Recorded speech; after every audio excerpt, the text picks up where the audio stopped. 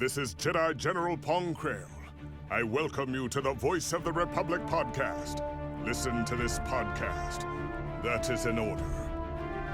Your reputation precedes you, General. The reputation of a great new podcast. Hello and welcome to the Voice of the Republic podcast. This is Bonnie Peace, Baru from Star Wars. Time to see who's smart enough to join the hunt. The hunt for the Voice of the Republic podcast. So, I hear we're going to be taking out separatists on the Voice of the Republic podcast.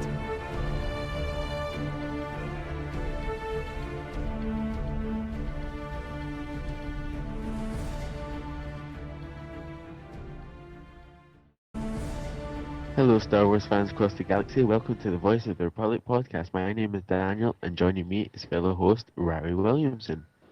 It's Rory, get it right. I'll get it right someday, don't you worry. And also joining us is co-host Andrew Willis. Hello. Yeah, hello there. Hello. So, I think we've got a lot of stuff to cover tonight, so Oh yes. I will not delay us anymore, and I'll pass you over to Rory to introduce tonight's guest. It's Rory, can you not even get it right second time? Of course I can. It's going to take me a couple. Okay, so we have Ed Butler, the voice of Captain Akbar in Star Wars, the Clone Wars TV show. How are you, Ed? I'm good. Yeah, it's Rory, correct? Yes, thank you. See, I got it right Thank the first you. time, right? Yes, you're awesome.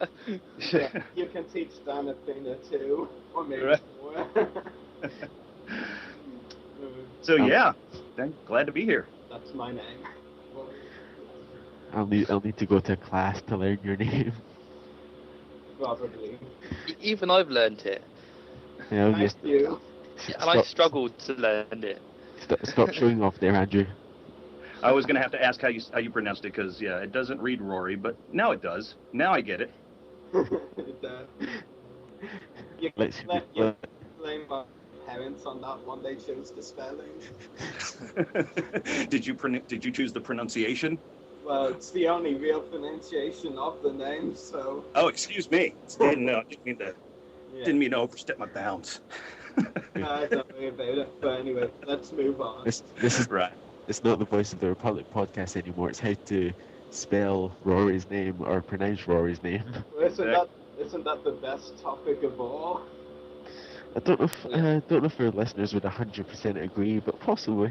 Okay, then let's do some cool stuff. Let's move along, as they say. So I'll jump in with my question. So, hello there, Art. Hey, how's it going? Who's that? This is Daniel, Oh yeah, I see the the- little box lighting up. There's the Daniel. one who can't pronounce Rory right. Right, okay, I'll remember you as that. Really, we're back to this already. So it's Danielle. How can I pronounce it? Dawn. Hey, Donna, how you doing? Yeah, I'm good. You got a question for me, Raw? So yeah, ask away. So my first question is, what was the feeling to voice a character like Captain Akbar in the Clone Wars? It was crazy. It was like, because like all of us, I'm sure I was a big Star Wars fan as a kid, and then when I got the audition, I was like, ooh, I know this guy, and so I sent in the audition, then I got and then I booked it, and I was like, when I got there, it was insane. It was the whole experience was like incredible, crazy incredible. Oh, cool. And yeah, it's pretty cool. It's an amazing character as well. Yeah, I had no idea how popular he was, really. I mean, Yeah. I knew who he was from the, Return of the Jedi stuff, but it was just like I didn't realize the whole "it's a trap" meme. It's like I didn't realize that it's a meme at that point. I was like, oh wow, okay, so people seem to like that guy, and I was like, well, I'm happy to participate. So when you got the role, were you familiar with the character or not, or? Yeah. Just- Oh yeah. No, I knew yeah, exactly. yeah. Like I saw the name. I was like, I heard that.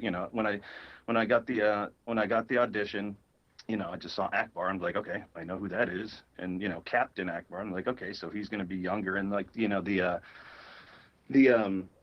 in the audition breakdown, it said, a younger version of Admiral Akbar from The Return of the Jedi. I'm like, oh yeah, duh, of course, And so yeah, I just, it's like I already knew what he sounded like, but then I kind of, then they sent I found a reference, of like the soundboard clips that they have or whatever, and I was like, okay, yeah, that's pretty much what I had in mind. So I just, yeah, I don't know. It was one of those ones where I just kind of just did it. I didn't go crazy over it. I was just like, okay, I'm just gonna put my version out there and see what happens, and this is what happened.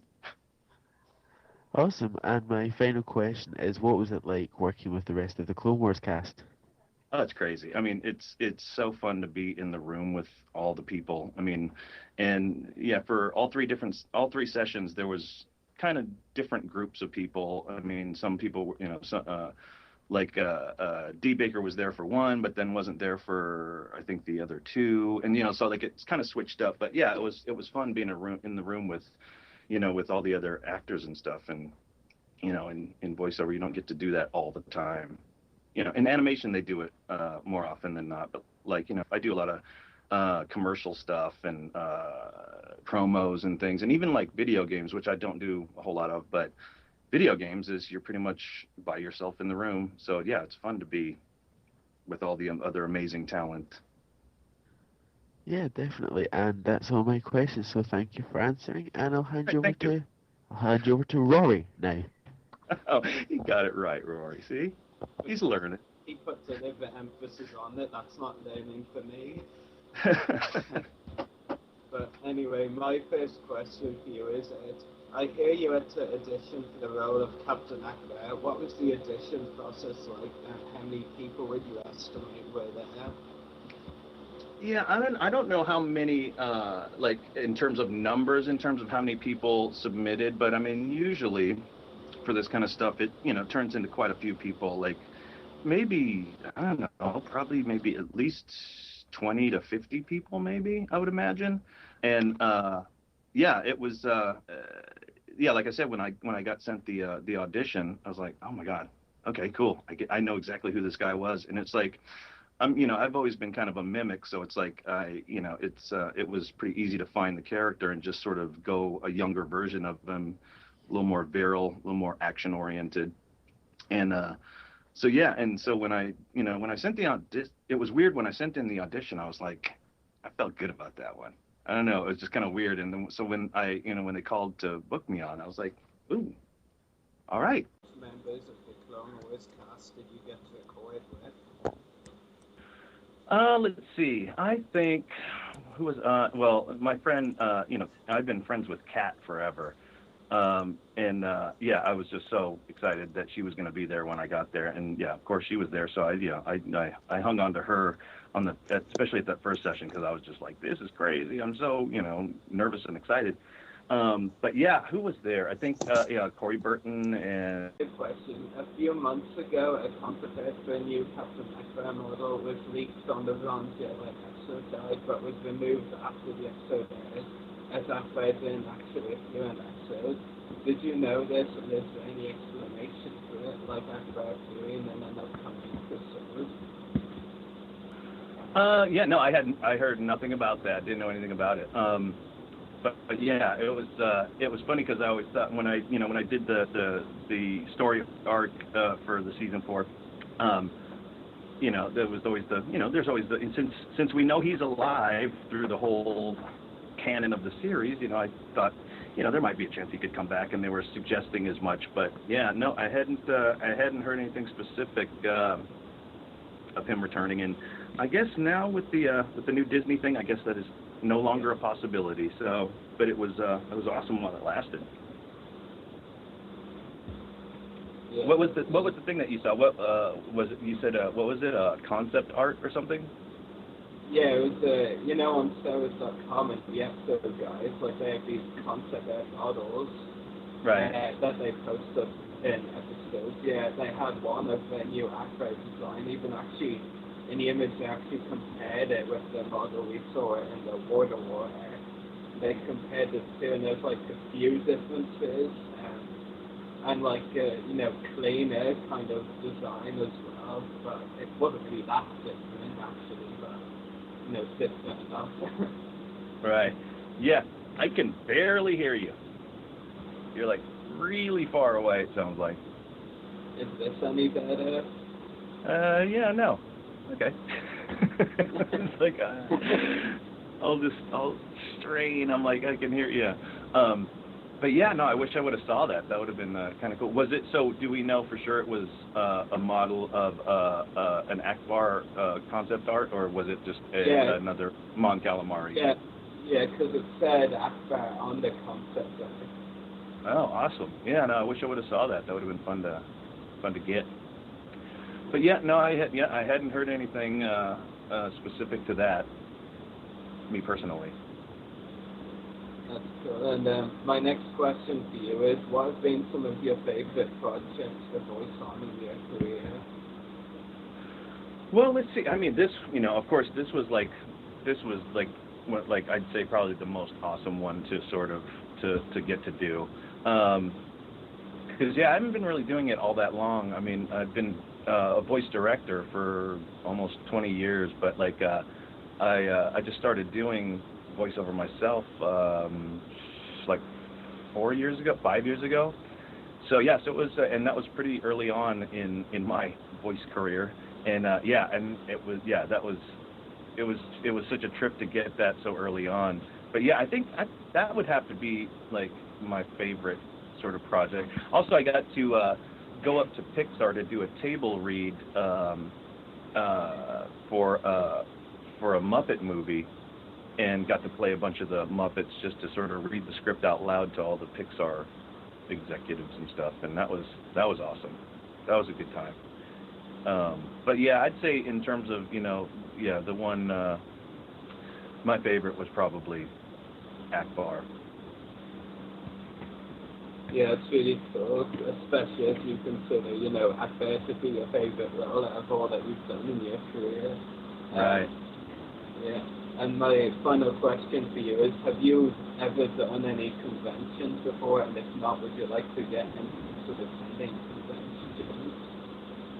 Yeah, no, I'd love to do some conventions. My wife, I've been to some of the conventions because my wife plays, she's like most of the female characters on South Park.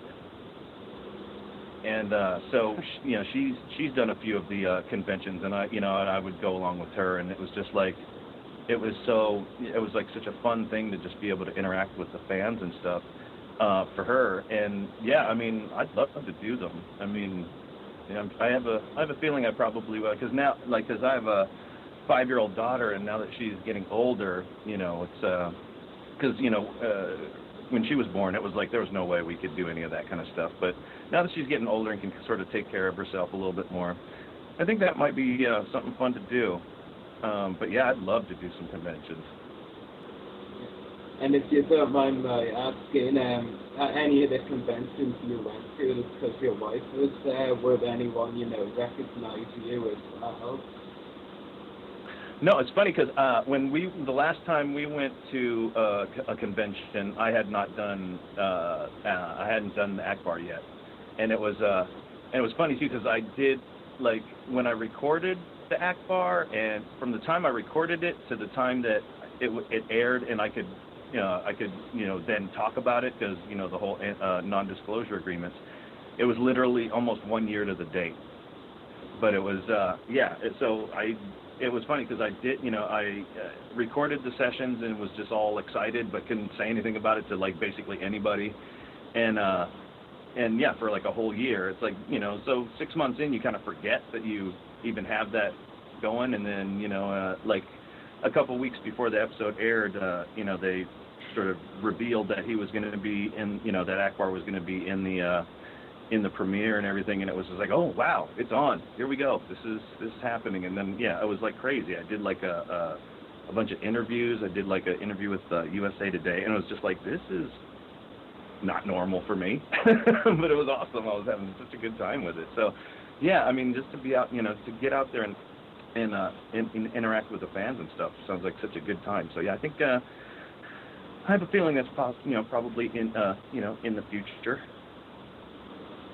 Yeah, it's really cool, and thanks for answering my questions. So I'll hand you over to Andrew now if he has any questions.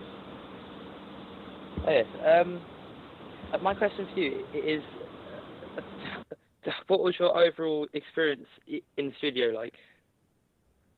Yeah, it was great. I mean, see, like I was saying before, it was like, I mean, maybe you didn't hear that part. Maybe I got cut off. But like, yeah, it's a trip being in the room with all the other actors because, usually, I do a lot of commercials and stuff, and it's just me in a room all by myself. And it's, yeah, it was fun getting to play with, and just the amazing talent, being surrounded with amazing talent, and just, this is like, it was super exciting.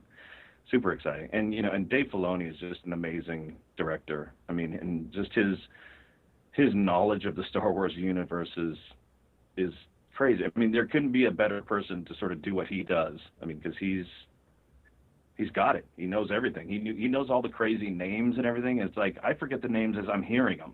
He told me what this character's name is, and I was like, yeah, okay, I forgot it. I don't know how you say it, Rory, how do you say it? Yeah. How do you pronounce it? But yeah, that was awesome. And, and just to be able to, because I've known Kat forever, Kat Tabor.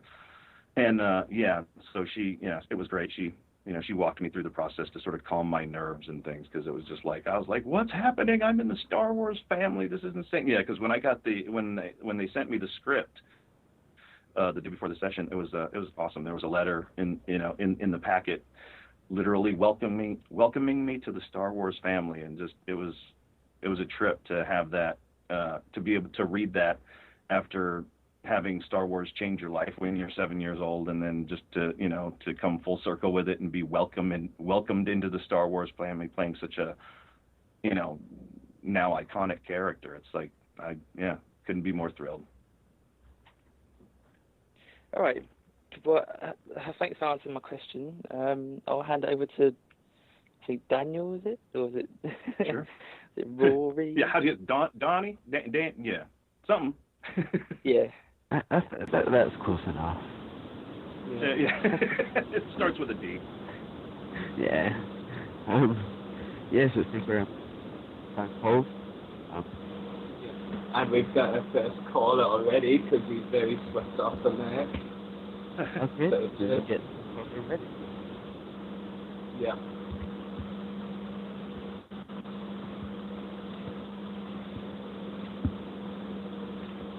Well, hello, can you hear me? yes, we can hear you loud and clear. Yeah. Awesome. Okay, this is great. It's really an honor to be speaking to you, Mr. Butler. The voice of Admiral Akbar. Or Captain Akbar. Yes, I'm sorry, Captain. I'm sorry. Yeah. No, it's all right. And I know it's really, I want to just thank you for the awesome work that you did, because if there's one sure thing that I really loved about that arc, is actually your portrayal of Akbar, because you portrayed him to a T, and you really kept him to actually what the original actually sounds like, and you even kept, you added your own, variation, and I like that they didn't make you say it's a trap line, basically, because people were expecting that, but they didn't get it, and it was really nice. Like, oh, it's an attack. Yeah, I know it was. Yeah, the it's an attack one. It was fun because it was funny to and thank you so much for your kind words. That's really cool. I'm glad somebody liked it because I was like, oh my God, I'm doing such a known character, and it's just like it was fun to sort of just be able to do my own thing with it, but still stay true to who he was. And the it's an attack thing was kind of a fun little, a little wink to it, but I didn't want to do too much wink with it. So it was just a wink. It wasn't wink. It was just a wink. But it's just him shouting the obvious again. It's like it was kind of funny, like in Return of the Jedi. I remember when I first saw it. It's like, I was like, yeah, of course. It's like we all kind of figured that out already. It was like, and it's an attack thing too. It's like he rushes up to the window and sees every kind. It's like, it's an attack. It's like, yeah, of course it is. Okay, but it was fun. And it was fun too because I don't know if they used it, but I did a couple of "it's a wraps" for the DVD extra things or whatever. I don't know if they ever used it, but he was, they had me lay down a couple of "it's a wrap" to to see if that might close out the DVD extras thing. But I haven't seen it yet. So I don't know if they haven't seen it, but it would be awesome to see if they did use it, because especially in some of the other DVDs I've seen, that they usually use a lot of the footage even from further arcs. Like I remember from the season 1 bonus features, there were even lines from the beginning of season 2. So so if you, it would be a nice treat to hear some lines that were not in the episodes and say, oh, maybe Admiral Akbar was in the future now former season 6. Very interesting. Yeah. Right. Yeah. Yeah. That's funny. I'll have to. Yeah. See. I got to get the box set, because it's a bummer, because it's right when Clone Wars came out. I had my daughter. She was just born, and it was so then all TV went away. It was like there was no time for new shows and new, all that kind of thing. So it was like I started watching it, and then it's like, and then she came, and it was just like, oh, I couldn't keep up with it. And so, and just that pretty much takes all your life away from you in terms of like that kind of stuff. So it's like, go ahead. It's completely understandable. I mean, it's a newborn is a lot of responsibilities, and it does, take up a lot of your time to do other things. But in the end, it's all worth it.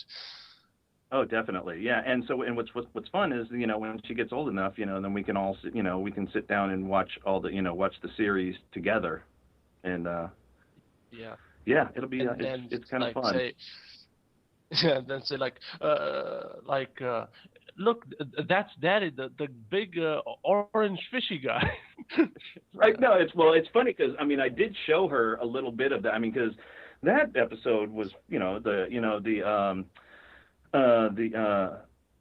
what's his name? What was the shark's name? I forget his Riff name. Tamsin, the Separatist. Riff Tamsin, Tamsin, yes. Right. Yeah. Yeah, and so his, he's super scary looking, but it was funny. I showed my daughter. I think she was probably 3.5 at the time, and I showed her a couple of clips, and I was like, that's Daddy, and she's like, Daddy talking, and I was like, okay, that's cute, that's adorable. But yeah, it was so so she knows all about the Akbar thing, you're Akbar, Daddy, and it's awesome. like, yeah, it's pretty cool. Really awesome indeed. Imagine bring your father to work there, and she says, my dad is Admiral Akbar. Yeah, he's a giant fish. Yeah. Yeah. Yeah. Yeah. No, I'm so excited about just being part of the the Star Wars universe. It's it's an honor. Indeed. But speaking of Riff Tamsin, since I'm more of a separatist villain kind of fan, I was wondering, because Admiral Akbar is, I still do it, Captain Akbar, right?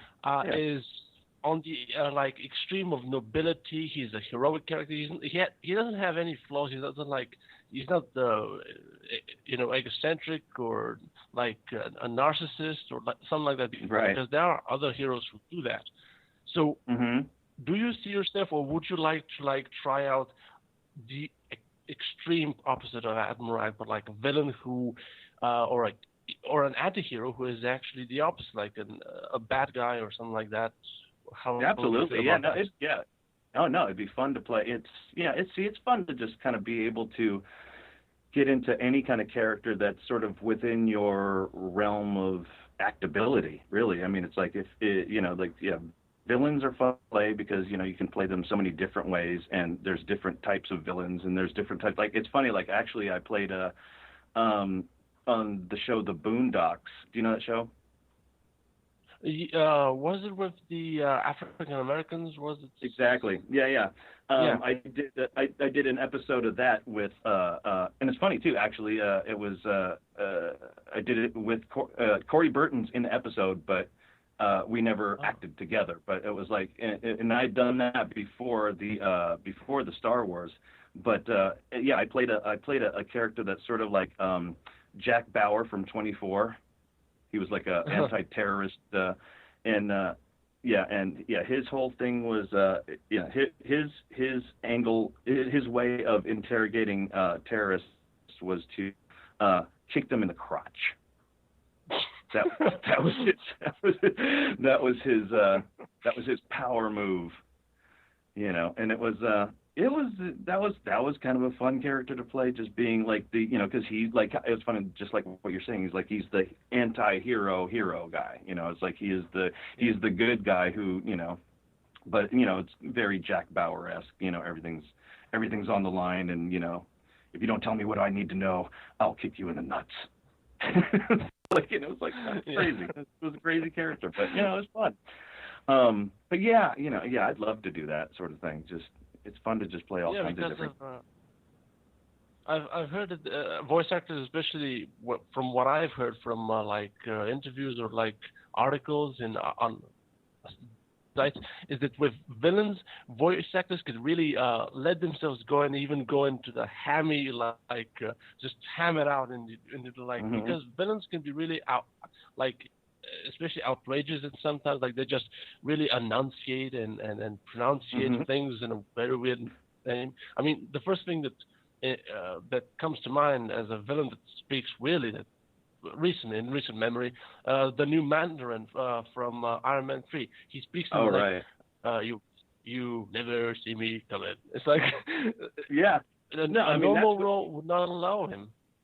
Right. You can just totally soak in crazy sort of speech patterns and just do just kind of really get into it. It's like it's kind of the only time you get to sort of freely you're encouraged to be as sort of evil and maniacal as possible without any repercussions or without any negative repercussions. I mean, if you nail it, you get a good fan base out there, but it's the only time you could do just, crazy, terrible things and have it be, a safe outcome for everyone involved. Indeed. And one final, I'm not sure is it how to put it, a question or a remark, but you said that your wife voices most of the female characters on South Park. Right. Could that be April Stewart, or am I far off? Wait, it was funny. You dropped out on the key phrase of your statement. I was like, could that be what? No, I'm just assuming because I know that, for instance, Trey Parker and Matt Stone voicing at least majority of the male voices. Right. I think that there are 2 or 3 ladies that voice most of the female characters, and I'm sure one was Mona Marshall, and the other was April Stewart, who I've heard more.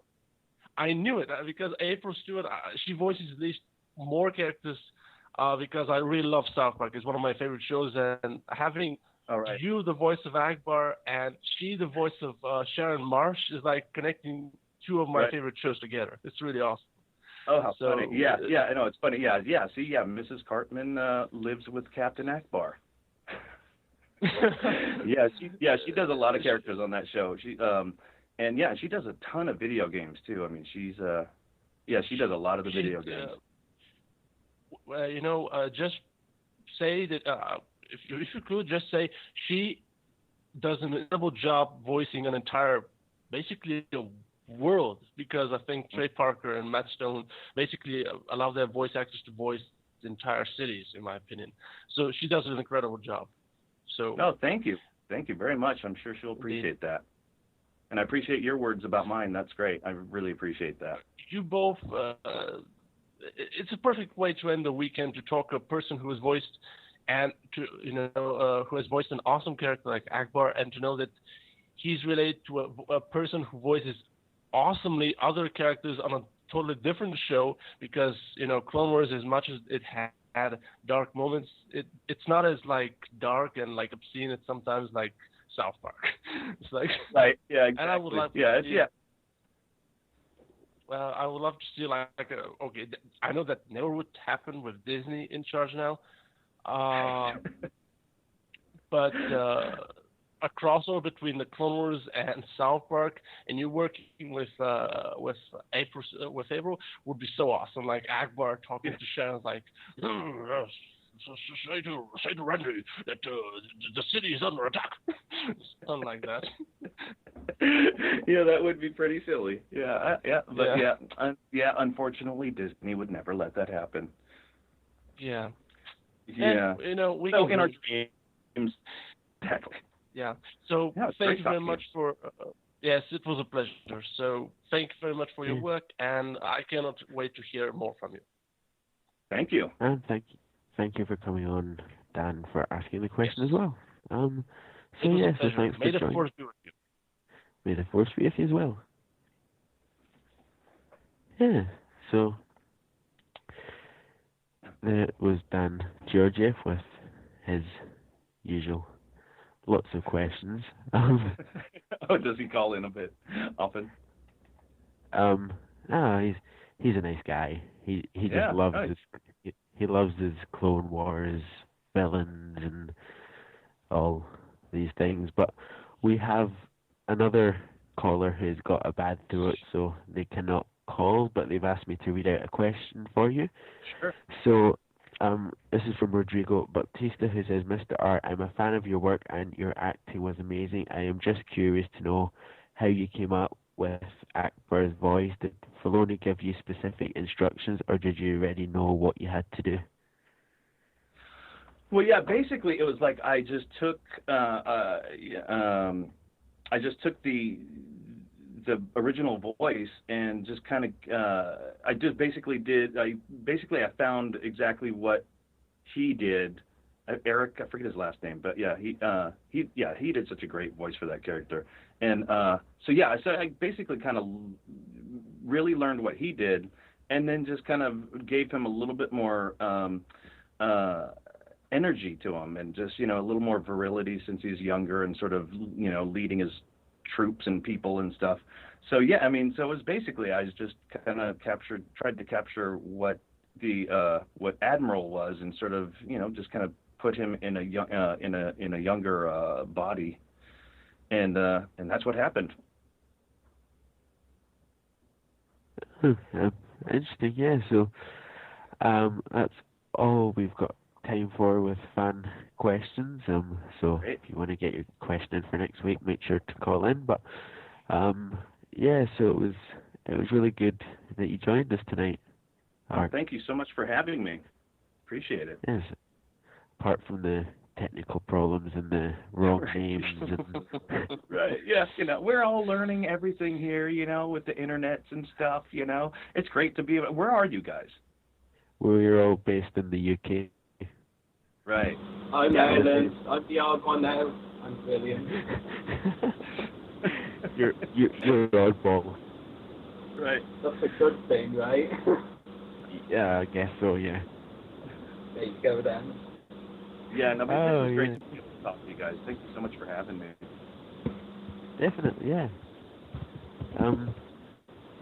So thanks for joining us tonight, and maybe we can have you on again some point in the future to talk. Anytime. Thanks a lot, guys. Okay. May the force be with you all. May the force be with you. It's not strong. So that was Art Butler, the voice of Captain Akbar in the Clone Wars. There wants more celebrity, yeah. There wants more. So would you like to bring in a Nick? Nah, I can barely hear you, Rory. How can I answer your question? I can barely hear you. Speak up.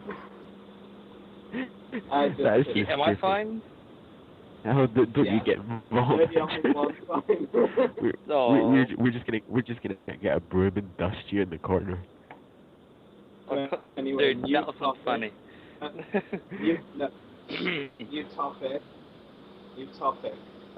Yes. So our next, sorry, got carried away there. So our next topic of the night is obviously the Fan Fun Day, which we all three of us went to. No. You're getting ahead of yourself again. What? Oh yeah. Sorry, yeah. Sorry, I did not. Yeah, that's my fault. So we're discussing what we did last Saturday on Star Wars Day, the 4th day, obviously. That's about right. All I've got to say is I was packing my bag for the Sunday. So then again, there wasn't tons of new news for Star Wars. May the 4th day. That's because all the Celebration of 2 news was leaked the day before. Yeah, I found that a bit weird that they just leaked all the Celebration Europe 2 news the day before. They could have waited one day to make it a bit more exciting and do it the day before, and then there's no news on the 4th. Yeah. It's like to say, that people really run the Celebration Europe website are complete idiots. I mean, I'll get more onto why later, but they really are. They're all independent. No, independent people are good. Independent people are good. This is good. But as like by the looks of things, they don't like work in a team. They're all working separate and doing what they want. Yeah, probably true. As for me, I went down and took around 10 photos of the Emerald Galaxy suits at Hamley's Dublin. So it took me out of the house for about an hour, so I got exercise. Yeah, and I looked around at Hamley's Star Wars stuff, didn't buy anything, they didn't really have anything good, and the good things were all overpriced, so no purchases for me. And like Dan, I'd say I probably spent a bit of time packing as well and arranging stuff and writing the list and making sure I had everything I needed to bring. And I think, safe to say, I did remember what I needed to bring. You did, and that list is very handy, and I know what I'm doing next year. I'm writing a list as well. Because you're a copycat. No, because it'll make me remind stuff. Not like this year that I... Because you're a copycat, you're remembering to be a copycat. No, I spent 8 hours in the coach worrying I didn't have my USB stick, and then it turned out I did have it, so I need a list. Yeah, that's probably true. And also sit next to me. Yes, but again, you're talking pointlessly, Andrew. Go away. The worst passenger in history. Says the one that goes to the toilet every 10 minutes. Shut up. It's not funny. Anyway, yes. Let's keep this appropriate, people. This isn't his arguing with his podcast show or thingy-majingy. It's the voice of the Republic podcast. Or who went to the toilet and who didn't. So, if you want to see pictures of that, you can find it on the Voice of the Republic podcast. A couple of pictures that you took, I believe, Rory. Yeah. Right, yes. More than a couple. Yes, more than a couple. We'll just leave it at that. Yeah. Next topic. And next celebrity guest, because we did not ask Andrew what he did on Star Wars Day. I thought he said a moment ago. Oh, okay. Go. No, I basically just worked in the morning and then travelled to Dan's, and then obviously I stayed with him and we were talking Star Wars and sorting bags out to get stuff. We weren't going to talk Star Trek, were we? Okay, I killed the room. So our next topic. Nobody leave the chat. Nobody leave their lives. Yes, our next celebrity guest. Oh no, I'm talking about our next celebrity guest. He's talking. Calling. You know what they? Shush. You know what they say? 2 heads are better than 1. So here's a second head. I was trying to tell you that Chris was calling me, but you were being... Again. Yeah, so obviously we'll be discussing Star Wars. We'll be talking Star Wars fan family with Chris. Yep. Seacal, add month, please. Yes, producer, we need you to add Chris.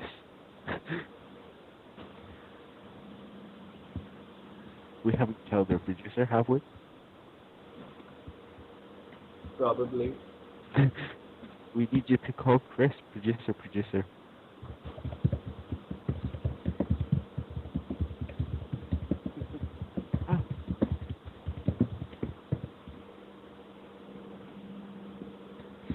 No, he's calling me again. Oh God, this is just hilarious. Please stay with us. We'll be back temporarily. No, we're just waiting for Chris Monk to join the call, and we'll be discussing straight away Star Wars Fan Monday. I know what the problem is. I know what the problem is as well. Someone doesn't have Chris Monk in their contacts list. Only one of them. Hang on. Well, apart from you as well, Andrew. Yeah, I've added him. Yeah, we've all added him. It's not you've got less power than us, Shiny. Oh. Please stay with us. Shady. Mama. Shady, lala. Yes. So while we're waiting for this problem with Chris Monk, let's discuss the Fan Sunday anyway. Yeah. Let's kind of start off. So all began. I'm kidding. But yeah, it was definitely an amazing event.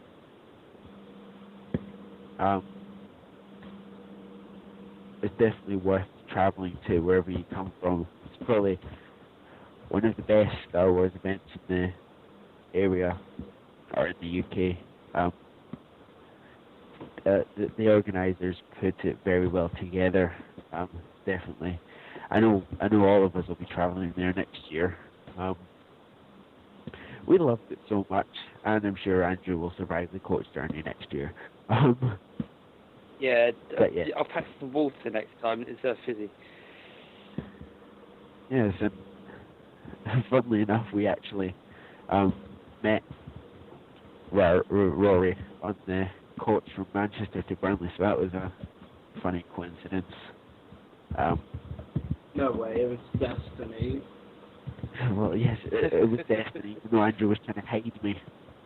Quick, Andrew, hide! Yeah, no, I was like, because I looked at saw Rory, I was like, shh, he's there.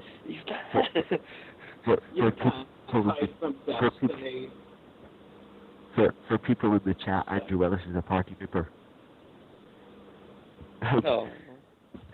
But yes. He was the unsociable. And as I told Paul and Neil a couple of weeks before, we would be first in queue, and what happened? We were first in queue. No way, so, you were second in queue. Well, you were second in queue, I was first in queue. And I was third. Andrew was nowhere in queue. But he's shiny. He's the very end of the queue. I was taking tons of pictures. Yeah, so a lot of the pictures provided on the Voice of the Republic podcast Facebook page were taken by Andrew Willis, apart from a couple. We did see a lot of cosplayers there. The queue did eventually start to fill with atmosphere after a good half an hour standing there by ourselves.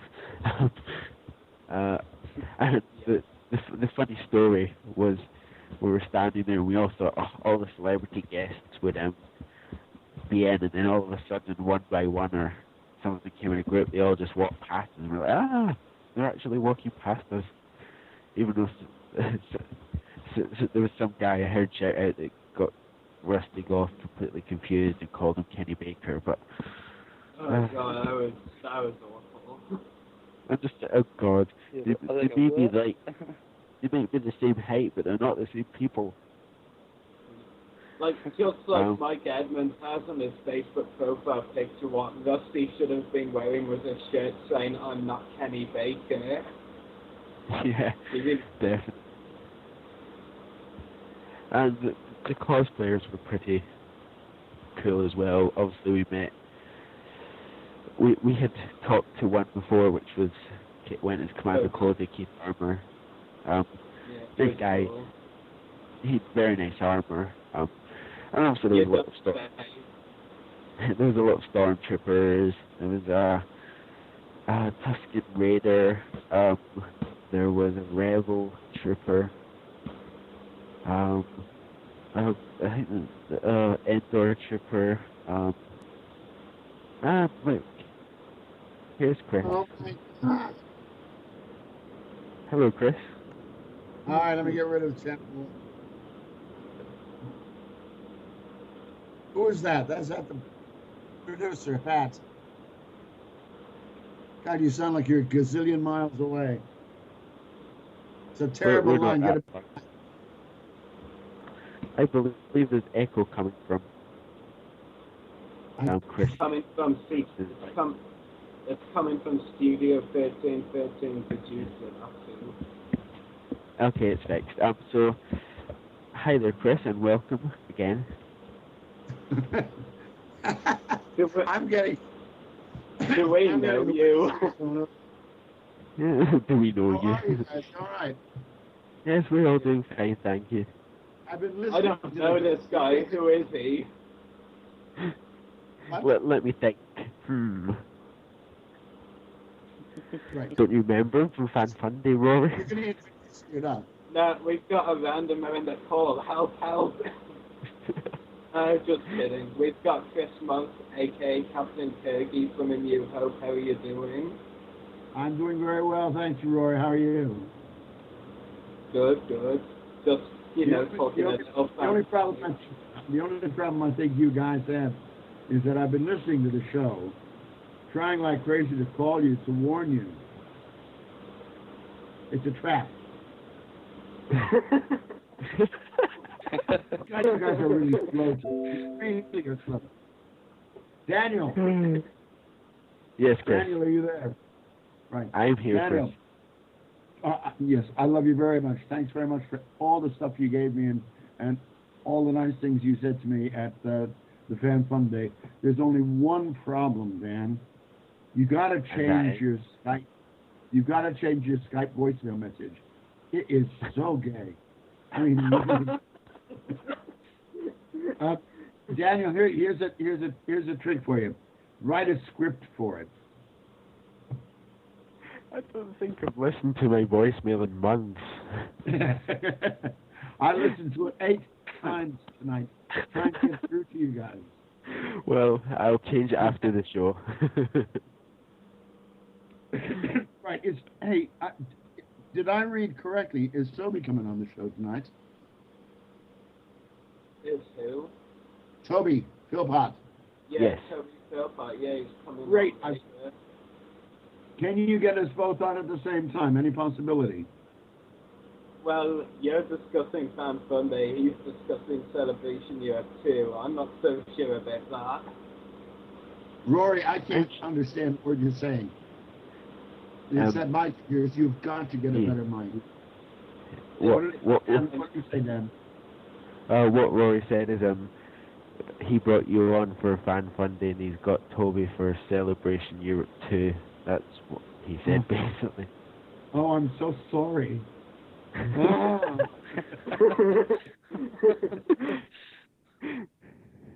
Oh, Rory. So what do you want to talk about, Rory? Yeah, let's discuss Fan Fun Day, please. Oh, brilliant. Oh, God, what a great... Was that not the best show ever? Oh, what a great show. Yeah. Absolutely great event. From the very second, it really was amazing. Really was amazing. Absolutely fantastic show. You got to hand it to Neil Lizzie. I did Fan Fun Day when it was called the Family, the Star Wars Family Fun Day. That was a couple of years ago. And he changed the name last year. And I did a show with him in Liverpool, at Spaceport, with him and Jeremy and Rick Parmentier, bless his heart. And we had a great time up there. But Neil dropped the bomb that he was not going to do any more shows, and I was heartbroken. I really was, because his shows are so good and they're so well organized. and he's so good at it. And anyway, I was absolutely chuffed to bits when he gave me a ring and told me that he was going to do another one. And I was even more chuffed when he announced me as the first guest. You know, I mean, that's such an honor. And he's such a great guy. Anyway, it was a brilliant show, absolutely stunning show. I met loads and loads and loads of new people. And just such a good time. Everybody had a smile on their face. I didn't see anybody who wasn't smiling, except Dave Oldfield. He does that, or Oldbury. He does that all the time. But Neil was smiling all the time. Daniel was smiling all the time. Rory couldn't get the smile off his face. People thought he was doing crazy. But no, come on. I know you're laughing because it's true, isn't it? You had a good time, didn't you, Rory? Yeah, definitely. I can always tell when it shows. I hardly got off my table. I ate lunch there. I went from 10:30 until 4:30. I was on that table, and I just met so many people, and it was wonderful. I mean, it's just a really, really, really great show. It's the way a show should be. It was interesting. It was fun. It had lots and lots of things to see and do. Nobody was bored. I didn't see anybody walking through. Sometimes you get the big shows like at Milton Keynes or in Birmingham, and you see people walking around with this bored, stupid look. Not that they're stupid, but it's just that I'm so bored, there's nothing to do here, look on their face. But there was none of that, absolutely none of it. And I'm telling people now, if you're ever going to see a show in England, forget all the rest, go to a Neil Livesey Family Fun Day or a Star Wars Fun Day. They're absolutely the best, no better. And on top of that, I have to say, as a guest, Neil really knows how to treat people. Mind you, he also knows how to treat the customers because everybody got in, everybody had a good time. Are you there? Definitely. Yes, definitely. Oh, and quiet. It must be Rory. You know what I thought was one of the funniest moments in the convention though, when myself, Dan, and Andrew were just walking around. Who was? When myself, Dan, and Andrew were walking around, we were just like looking at your table, and you were counting the chips at your table, and like one of the event staff ladies tried to take it off you, and you were like, "No, I want to finish my chips." I'm telling you, at that point, I was starving and hungry. I was running around and I was taking tons of pictures as well. So take me to you. I'll tell you, at that point, I would have traded 100 squid admirals for a couple of chips.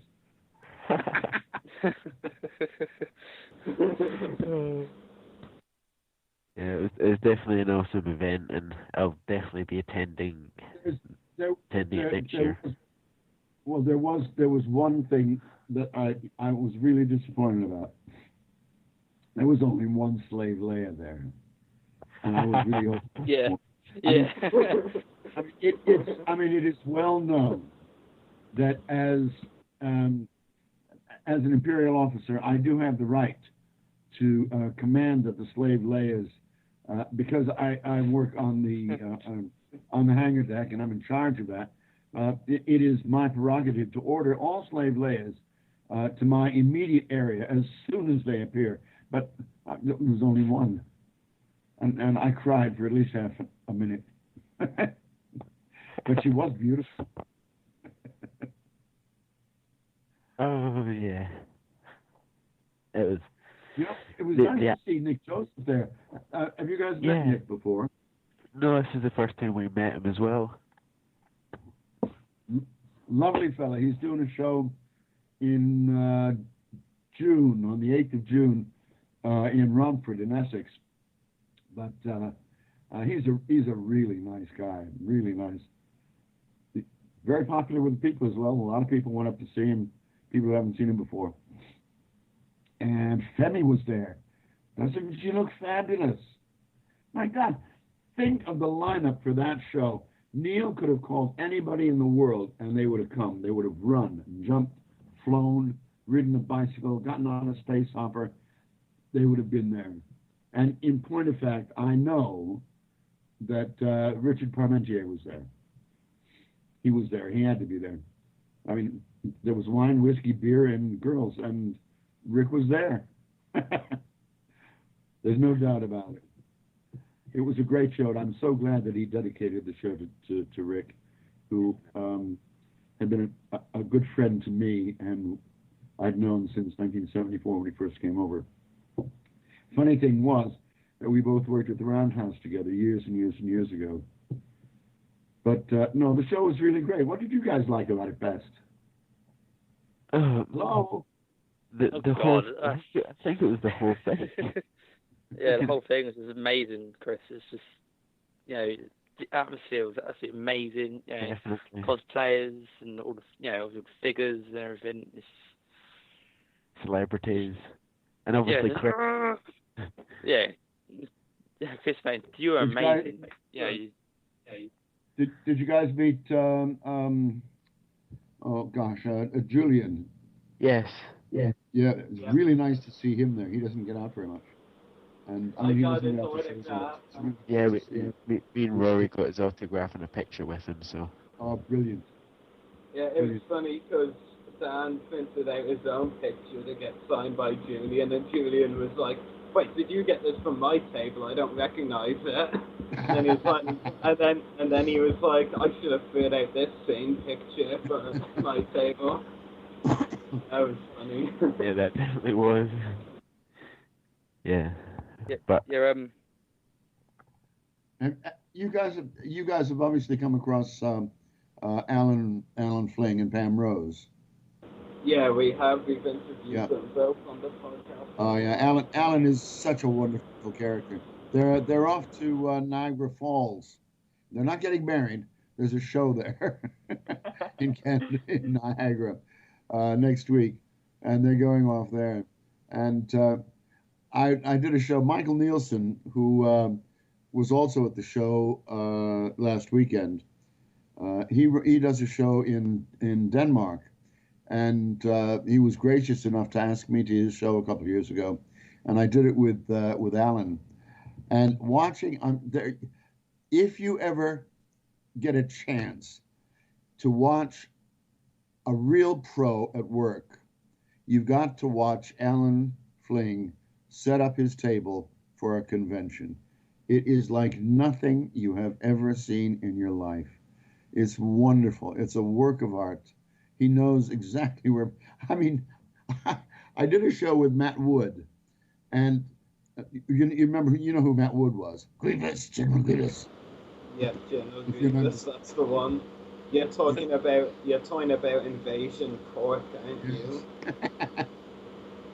Anyway, he had this wonderful show in Ireland, in Cork, for the Emerald Garrison, and he showed up at the table. Table was absolutely bare, and a courier came, literally, a FedEx courier came, turned up at the show, the morning of the show, with a box full of pictures from OPIX from Texas, and if that guy hadn't arrived, he would have been on the table just by himself. He arrives, he's got a case with everything in it. He's got a gazillion wonderful, wonderful pictures, and he's got bookmarks, he's got pens, he's got bookmarks with castles, he's got T-shirts, for God's sake. He's prepared for anything, and it's lovely being on a table with him, and we just laughed and laughed and laughed the whole show in Denmark. Very much like the show on the weekend. But it was a Sith day, don't you know that, don't you? Yes. Well, 2 days before was Star Wars Day, the 4th of May. And then we had May the 5th, and then we had Beware the Sith. I don't know. Do you think I could ever be turned to the dark side? I don't think so. I could easily be turned to the dork side. I know that.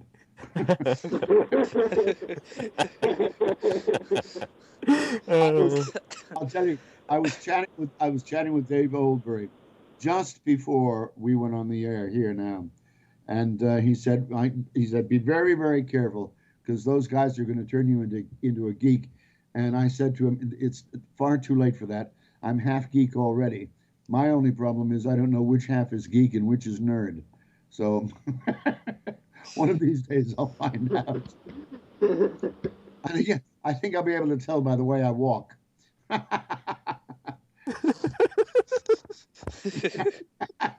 Anyway. Oh, man. Have you been working really?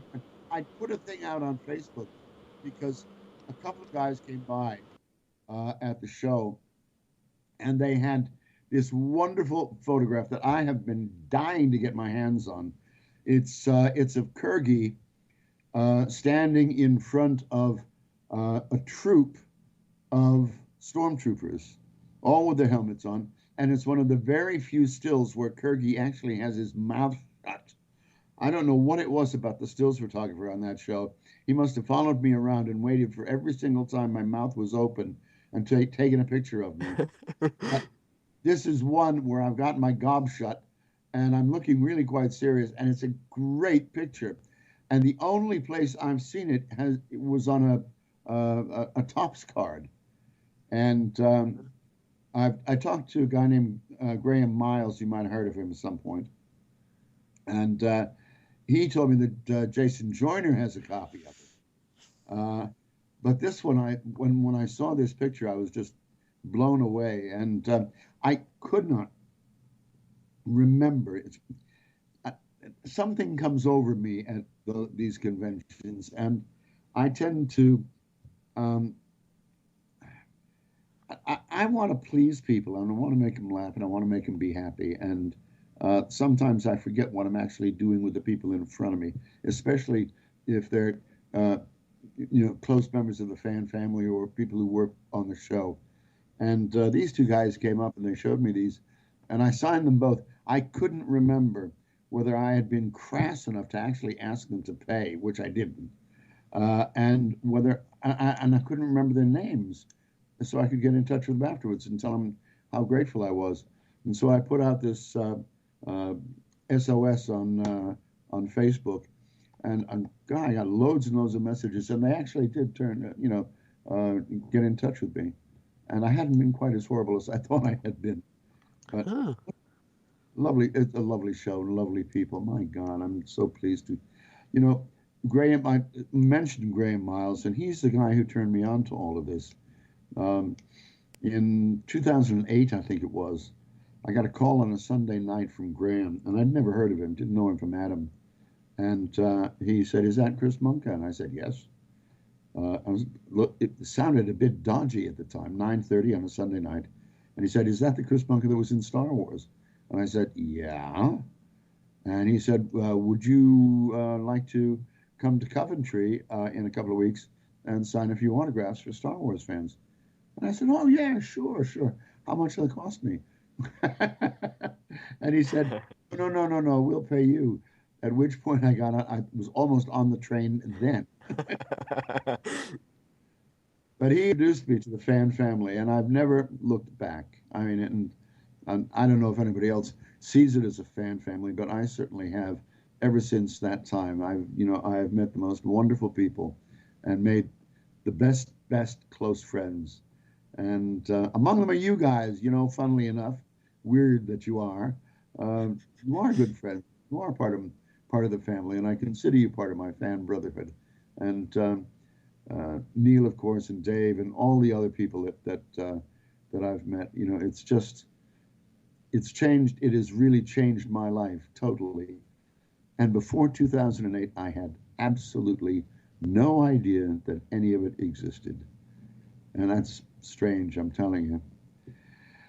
But anyway, I'm glad it does, and I'm glad I'm here, and I'm glad you guys are here. And if you want to kick me off now and get on to Toby, would you do me a favor?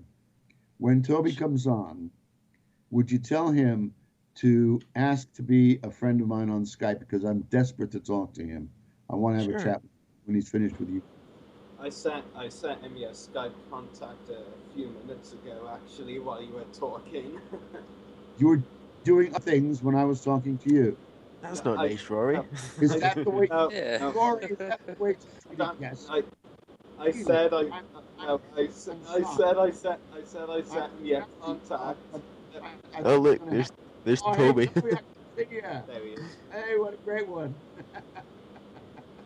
No. He's still Toby, calling. Toby, I want to tell Toby I want to talk to him. Can you hear me, Hey. Toby? There's Toby. Toby, can you hear me? I hope so, if my technical things are working. We can hear you.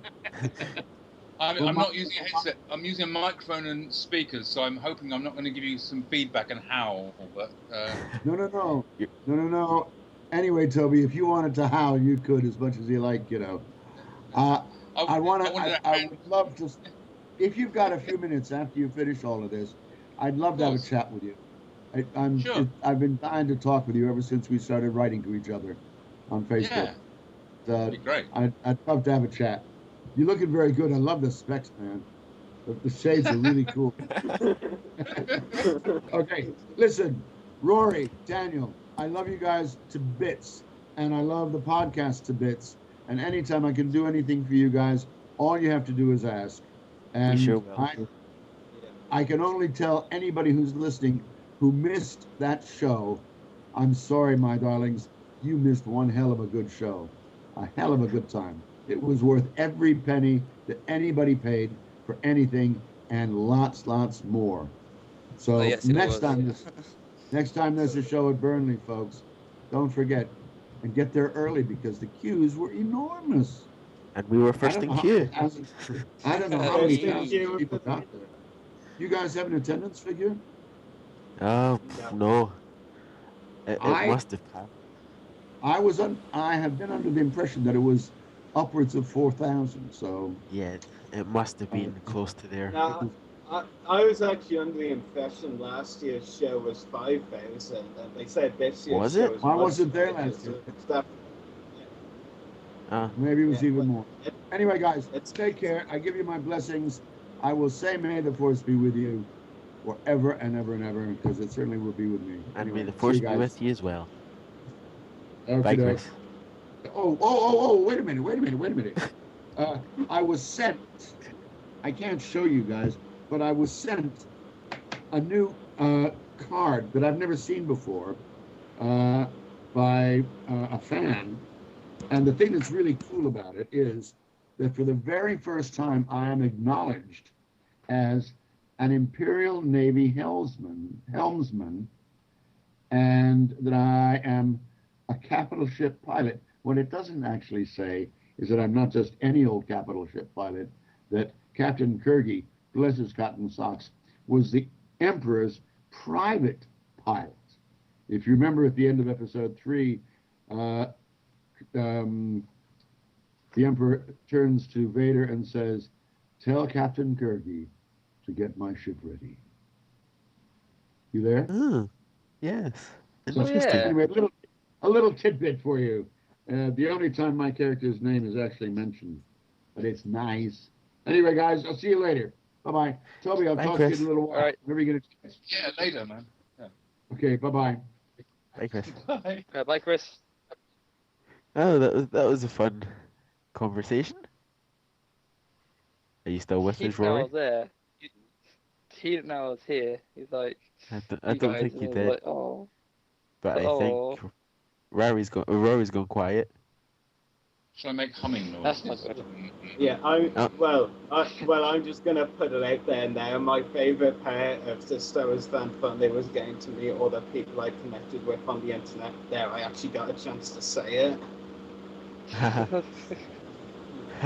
So, Toby, before we move on to what you want to discuss, of course, I have to ask you: have you been to a Star Wars Fan Funday yet? I didn't go to the Fan Fun Day. No, I sort of heard about it, but I didn't have free time. No, I mean, have you ever been to one in the 6 years it's been going? No, I haven't been to Burnley. Yeah, it'd be cool if they got you as a guest sometime. Yeah. We'll need to get you I there think one I was year. vaguely, I wasn't actually invited, but I heard about it. People were saying it's a good one, and but I didn't have free time. Yeah, it's definitely a great show, that's for sure. But maybe there's a better show because that's what we're moving on to next, and that show is Celebration Europe. Yeah. 2. Just subtly added that at the end too. Like a boss. Yeah, Toby, of course, you were recently announced as a guest there. You've been. Yeah, go on. Did you get the story about that?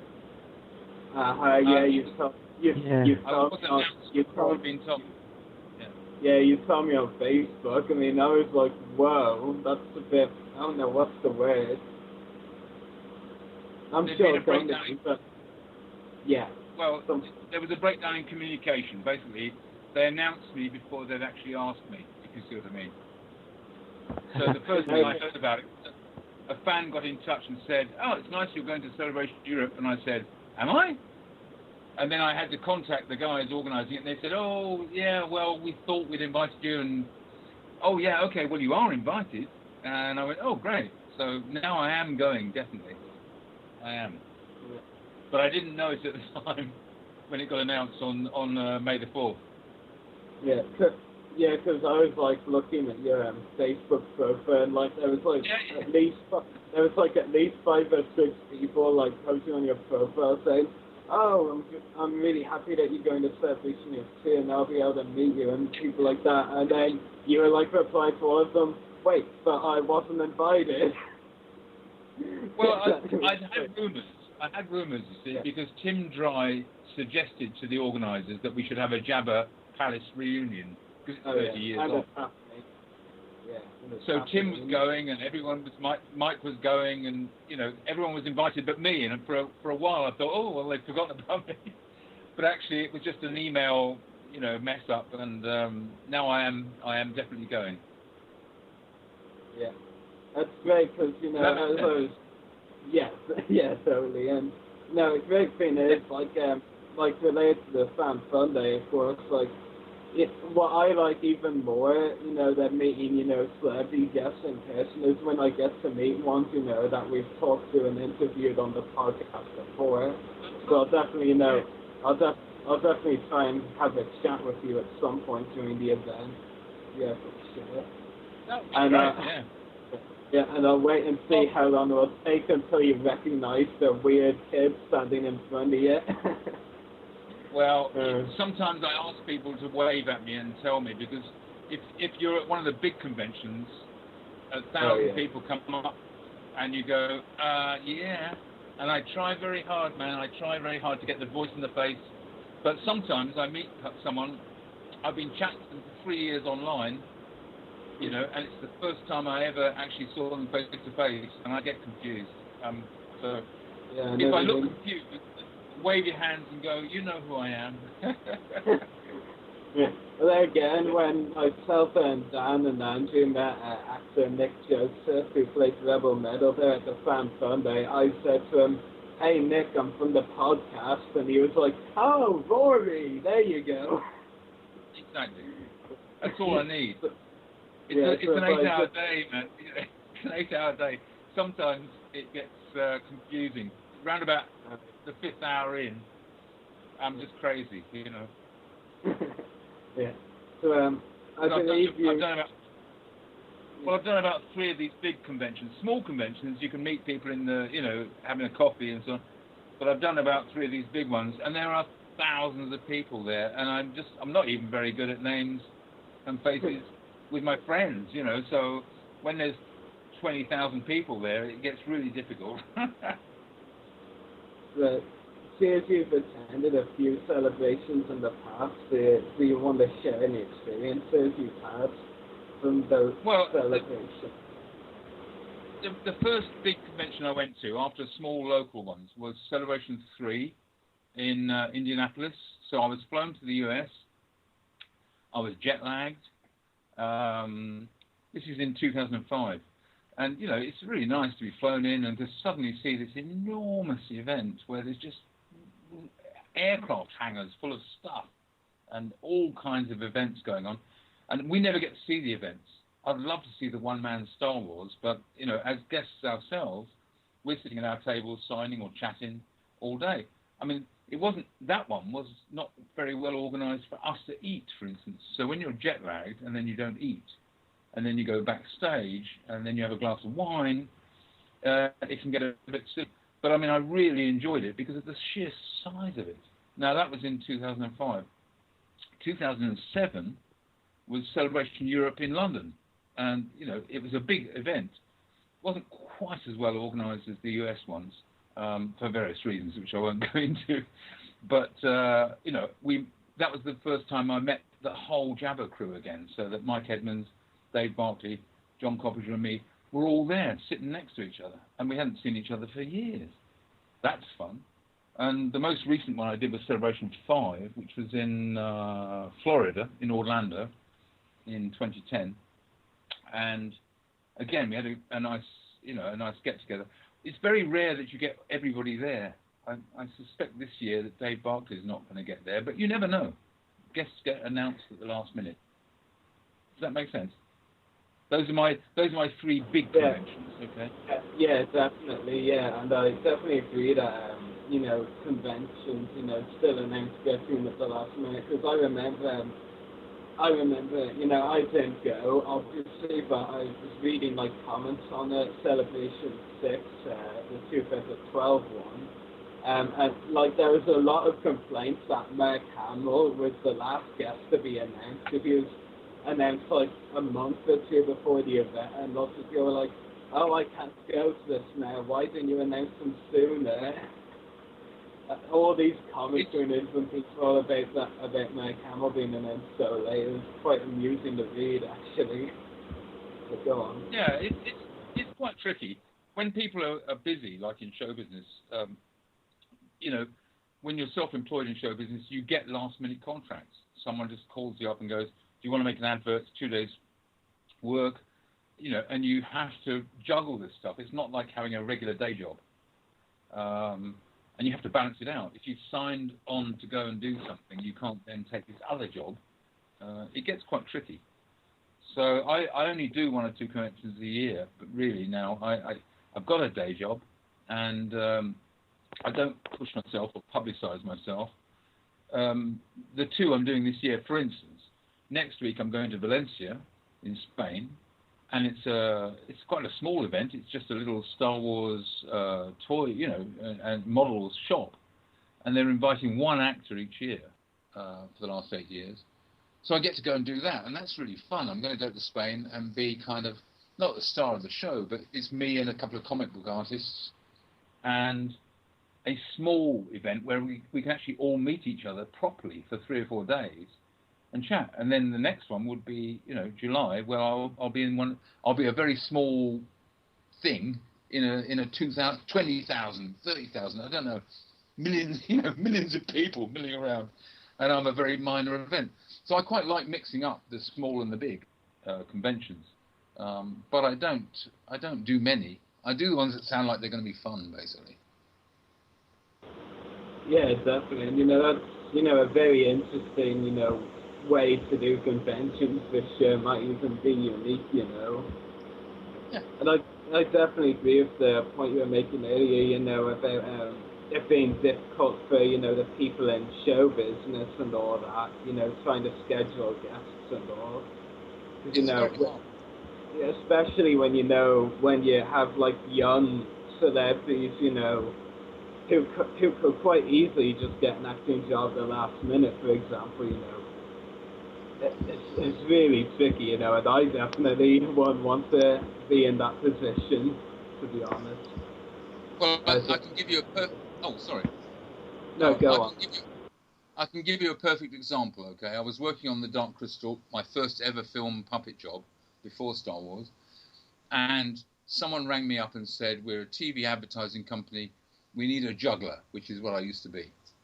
And they said, "It'll only be 1 day's work." I said, "I'm working on a movie. I can't get off." And they went, surely you can just throw a sickie and have one day off. We just need to film someone juggling. And I thought, well, first of all, I'm really enjoying working with Jim Henson and all the Muppet guys. I can't throw a sickie just to get one day's work on an advert, even if that one day will pay me more than the week, because I know what will happen. They won't finish it, then they'll want one more day, and then I'll lose my film contract. So I passed it to a juggler friend of mine. Okay, now that little tiny TV advert was a John Smith beer thing, if you don't mind advertising. It just showed a little dog in a pub that jumps off the stool, juggles a few balls, jumps around like an acrobat. That advert has been on best adverts in the world. Tim, who I gave it to as a job, probably bought his flat with it, because every time it's shown, you get paid more. I wouldn't trade my work on Dark Crystal for that, but what happens is when you're in show business, for a long time you have no work, and then suddenly 2 or 3 things sit on top of each other and they all come in, and you have to turn some down. It's very frustrating. But I stuck with Dark Crystal, and I didn't do the juggling in the John Smith advert, but I probably in the long run would have made more money just doing one day's work that year than 6 months on a film. But, how do you know these things? Yeah, it's very interesting, and thanks for sharing that. And Toby, I'm not sure if you saw it, but did you see the big name guest announcement for Celebration Europe 2 earlier today? Yeah, I've been watching it. It's been a slow leak, isn't it, of people, but it's a really good guest list this year. I mean, it looks to me like fantastic. I mean, you've got Jeremy, Anthony Daniels, Carrie is turning up, Peter Mayhew. It's just, you can't get everybody. You never get everybody, but that's a pretty good top line list. I'm still trying to meet Harry. And we all know why. Well, yeah. To explain the awkward moment on set. just because, but the second line list is pretty good as well. I mean, I get to meet Mike Edmonds. Like I say, Dave Barclay's not there, but Mike's coming, John Coppinger's coming, Femi's coming, Mike Carter's coming, because Tim Dry suggested to the organisers that 30 years on, we should have a Jabba Palace reunion as a kind of theme, and it means we will have a great get-together. Tim will be there, Gerald Home will be there, I don't know, Simon Williamson, Sean Crawford, Tim Rose, who I saw a few months ago. So we're the second stringers, we're not in the star line, but we're the support group, if you want. And we have a great get-together at these events, if we can see each other, because we actually get drawn apart talking to fans and signing and stuff. But there's a chance we will be in the bar at some point, and just see each other. Yeah, definitely. And as you said, Peter Mayhew, Chewbacca was the guest announced today. Right. Fantastic. And I actually have to ask you, Toby, because this is kind of amusing. Did you see the blooper the website made when they announced them originally, but they then fixed it? What? Sorry, no, say that again. The website made a blooper, like a mistake, when they announced Peter Mayhew, and they've now fixed it. Did you notice what that was? No, he said try to look right now. Yeah. Well, basically, they spelled it wrong. No, not that. It was a visual mistake. Basically, when they announced it, they used this Revenge of the Sith image, basically they used the image of a generic Wookiee warrior, any of the random Wookiees you could find on Kashyyyk, rather than Chewbacca. So lots of people were like, that's not Chewbacca, that's a random Wookiee, and there were so many people saying that on Facebook, I think, and so just a couple of hours before recording, they actually fixed that and used the Chewbacca image from A New Hope to be certain. It's actually kind of interesting. You can imagine, I still don't know whether to sign, when people bring me photos and they say, will you sign this? I go, that's the CGI one. Do I sign CGI Jabba? I don't know. I mean, it's the character, but it's nothing to do with me. So I always have this ambiguity about, I should really only sign the ones where I'm actually in that photo. But at the same time, if people go, Jabba's Jabba, I go, okay, well, what can I do? John Coppinger played an assortment of, Chewbacca is not the only one. Like Jabba is not the only Hutt anymore. There's a whole thing going on now where we have to discuss it. It's a bit like stormtroopers. Do they sign any old stormtrooper, or do they only sign photos of them as a stormtrooper? This is now happening to us as well. Me personally, Yeah, I definitely get what you mean, because, with all the stormtroopers, of course, they basically don't take their helmets off a lot, so it's kind of hard to tell, which one is which actor, Well, except the guy who bumps his head. And there's some dispute about which one is. Yeah, there's always going to be a dispute about something. Yeah. But I do have problems with, Jabba's dead as far as I'm concerned, so future films like the next trilogy will not include Jabba. Might include his children and all that, but Jabba's a hermaphrodite, so he's not even having sex with anybody. He can just reproduce himself by himself. Well, I say he, I should say she, shouldn't I? Jabba is actually neither a he or she, really, but I don't really want to go there in case there are children listening. Jabba is a hermaphrodite, right? So you can have more Hutts, but you never get Jabba again because he's dead. So. Yeah. Well, I think he's dead. Maybe I'm wrong. Maybe there's time travel and all this Doctor Who stuff, but I was definitely there when he got killed. Yeah, you were the left arm, of course, so you had to pretend that arm was dead when he got killed. And you're just like, oh, I have to make this arm freeze. How do I do that? Oh, I'll just climb out.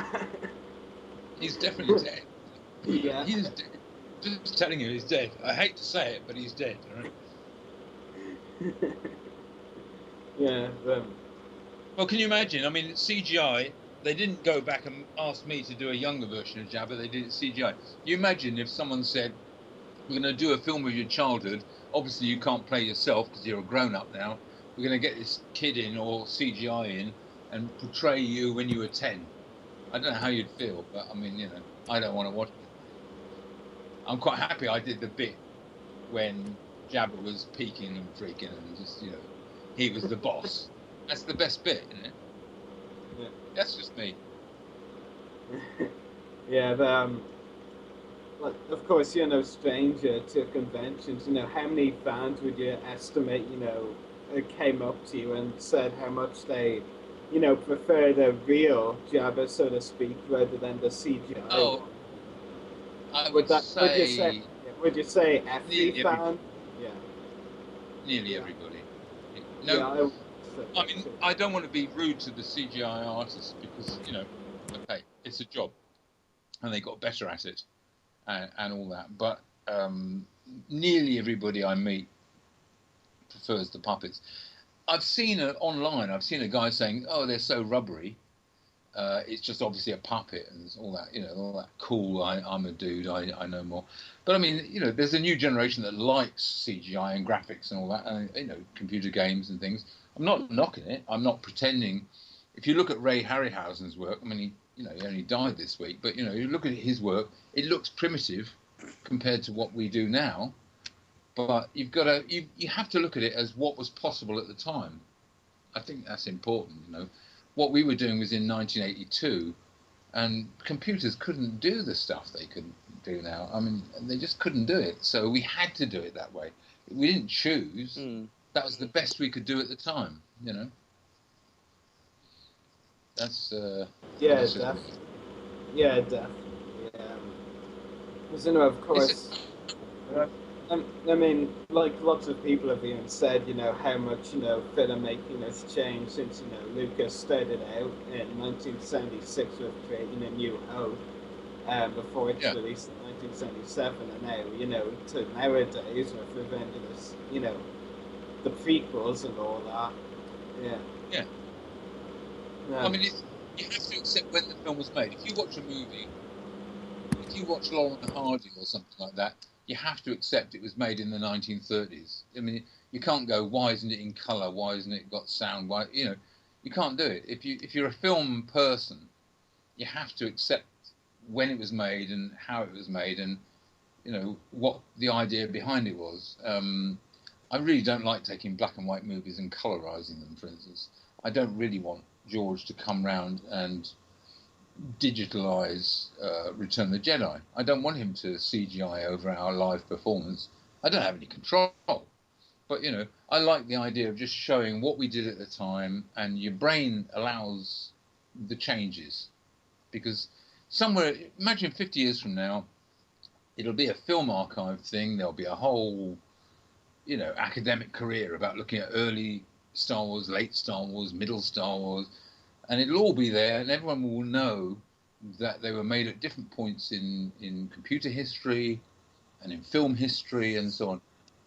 You have to accept that fact that storytelling is separate from the technology of the stuff, and it's the storytelling that's important. People love the story, don't they? It doesn't matter if it's in a comic book or a movie. Yeah, absolutely. I mean, the storyline with anything is important. Like, I'm willing to give anything a go, but if it's got a terrible storyline, like repetitive or anything like that, you know, I just won't, you know, stay interested in it. Yeah. The Star Wars Extended Universe is a massive story now, and it's everywhere. It's in comic books, it's in podcasts, theatre shows, it's on film, it's on TV. You know, to pick out one little bit and go, that's the best bit, and this bit, you can't do it really. It's got bigger than the original 3 films, hasn't it? And the whole thing's got bigger.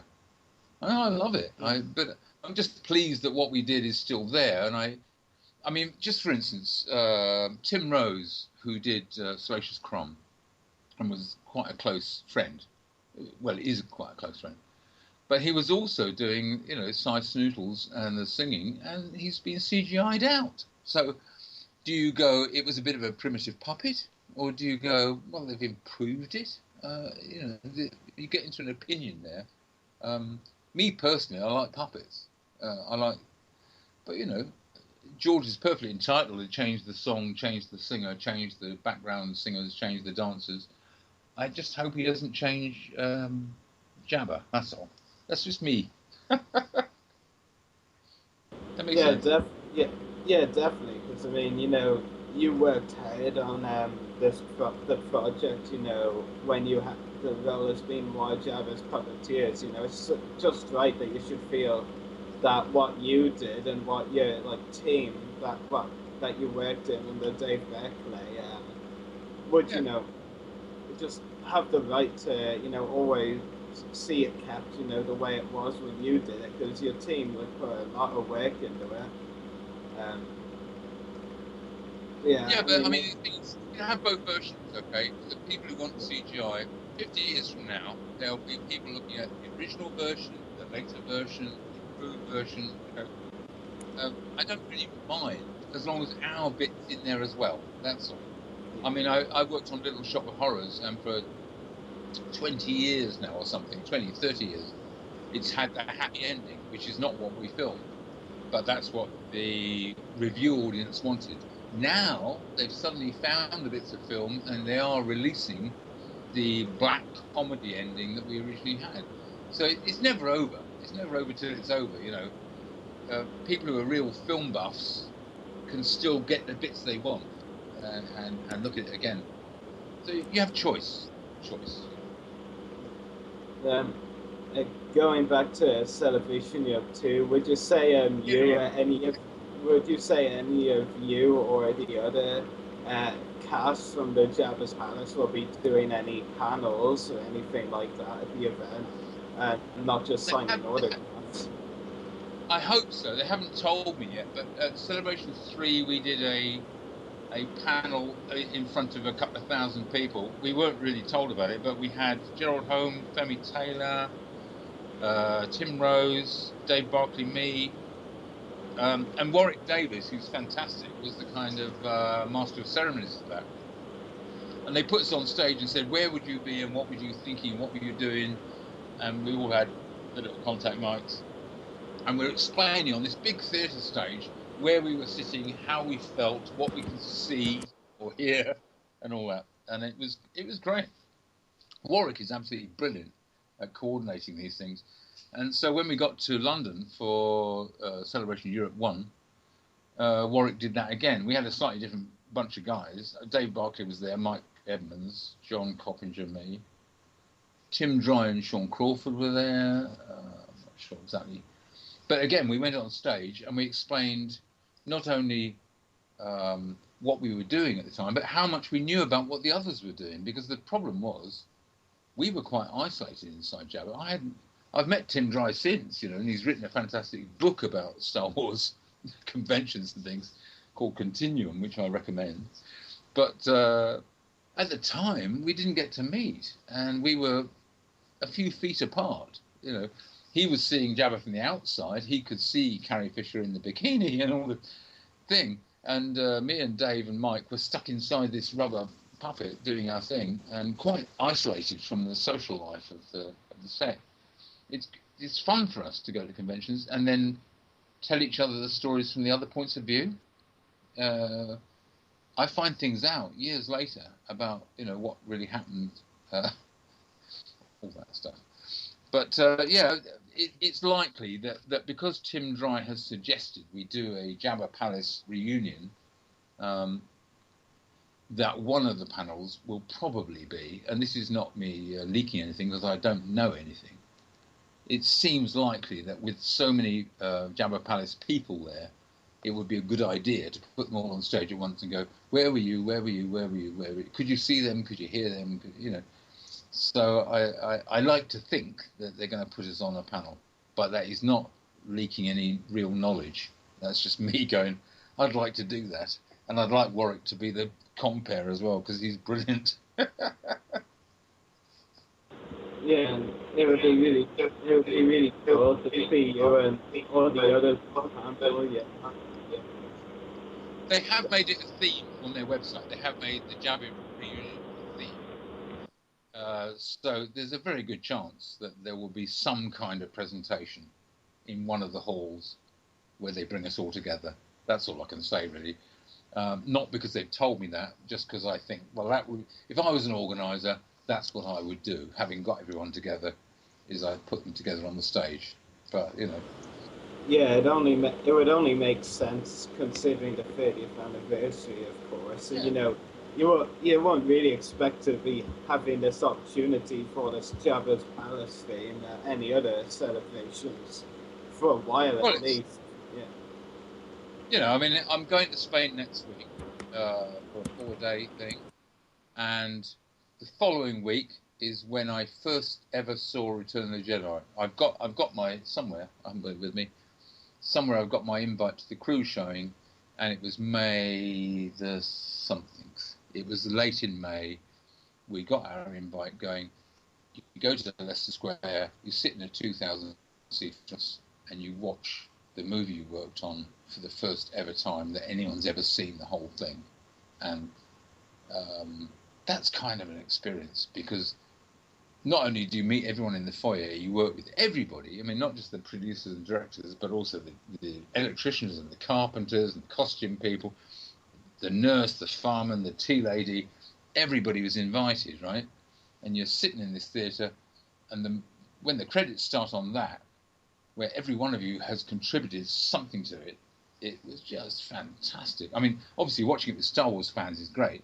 Watching it with all the people who made it, the musicians who did the soundtrack, I mean, everybody, it's fantastic, man. I mean, that's a memory for me.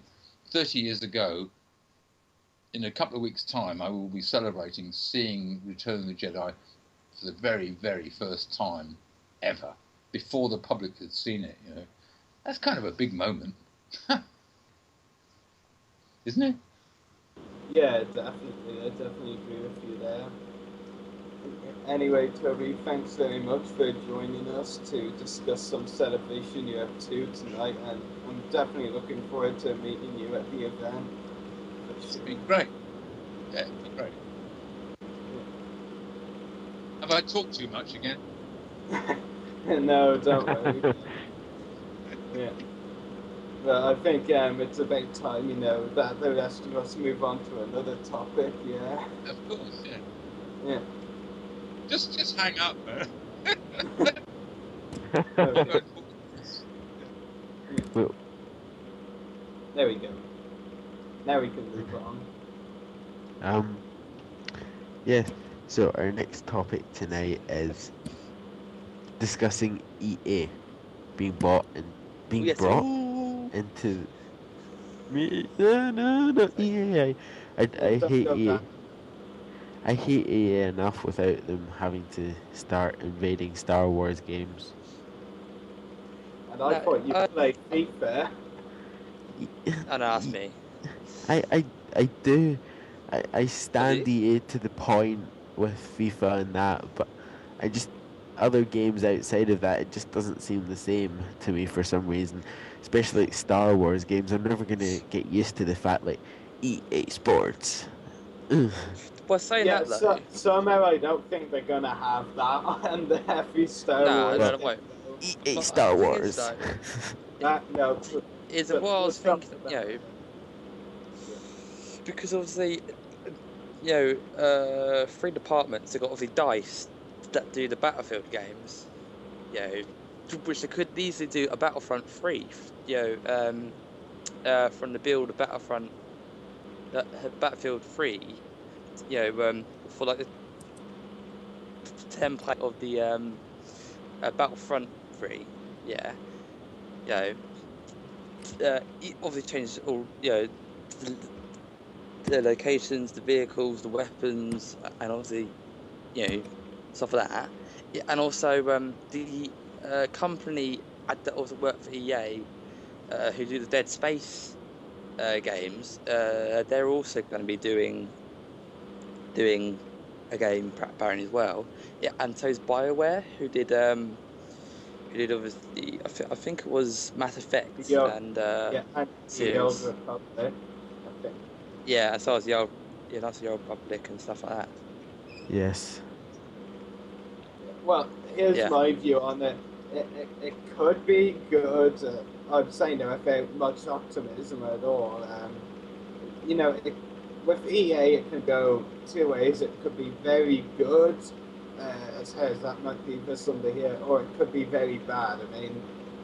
I know Dan has been joking about it, but I think if any of us hear some, stupid kind of intro to Star Wars game that he just don't even put down in my head now. I think if I got a Star Wars game that was like that, introducing it, I think I just turned it off right away. I like the EA Sports games, but that's the one thing I don't. That's the one thing I definitely don't like about it. It's just such a gay intro. Really. I really hope the guy who came up with that idea was fired. He probably wasn't, because they've been using it in games ever since. Which is so lame.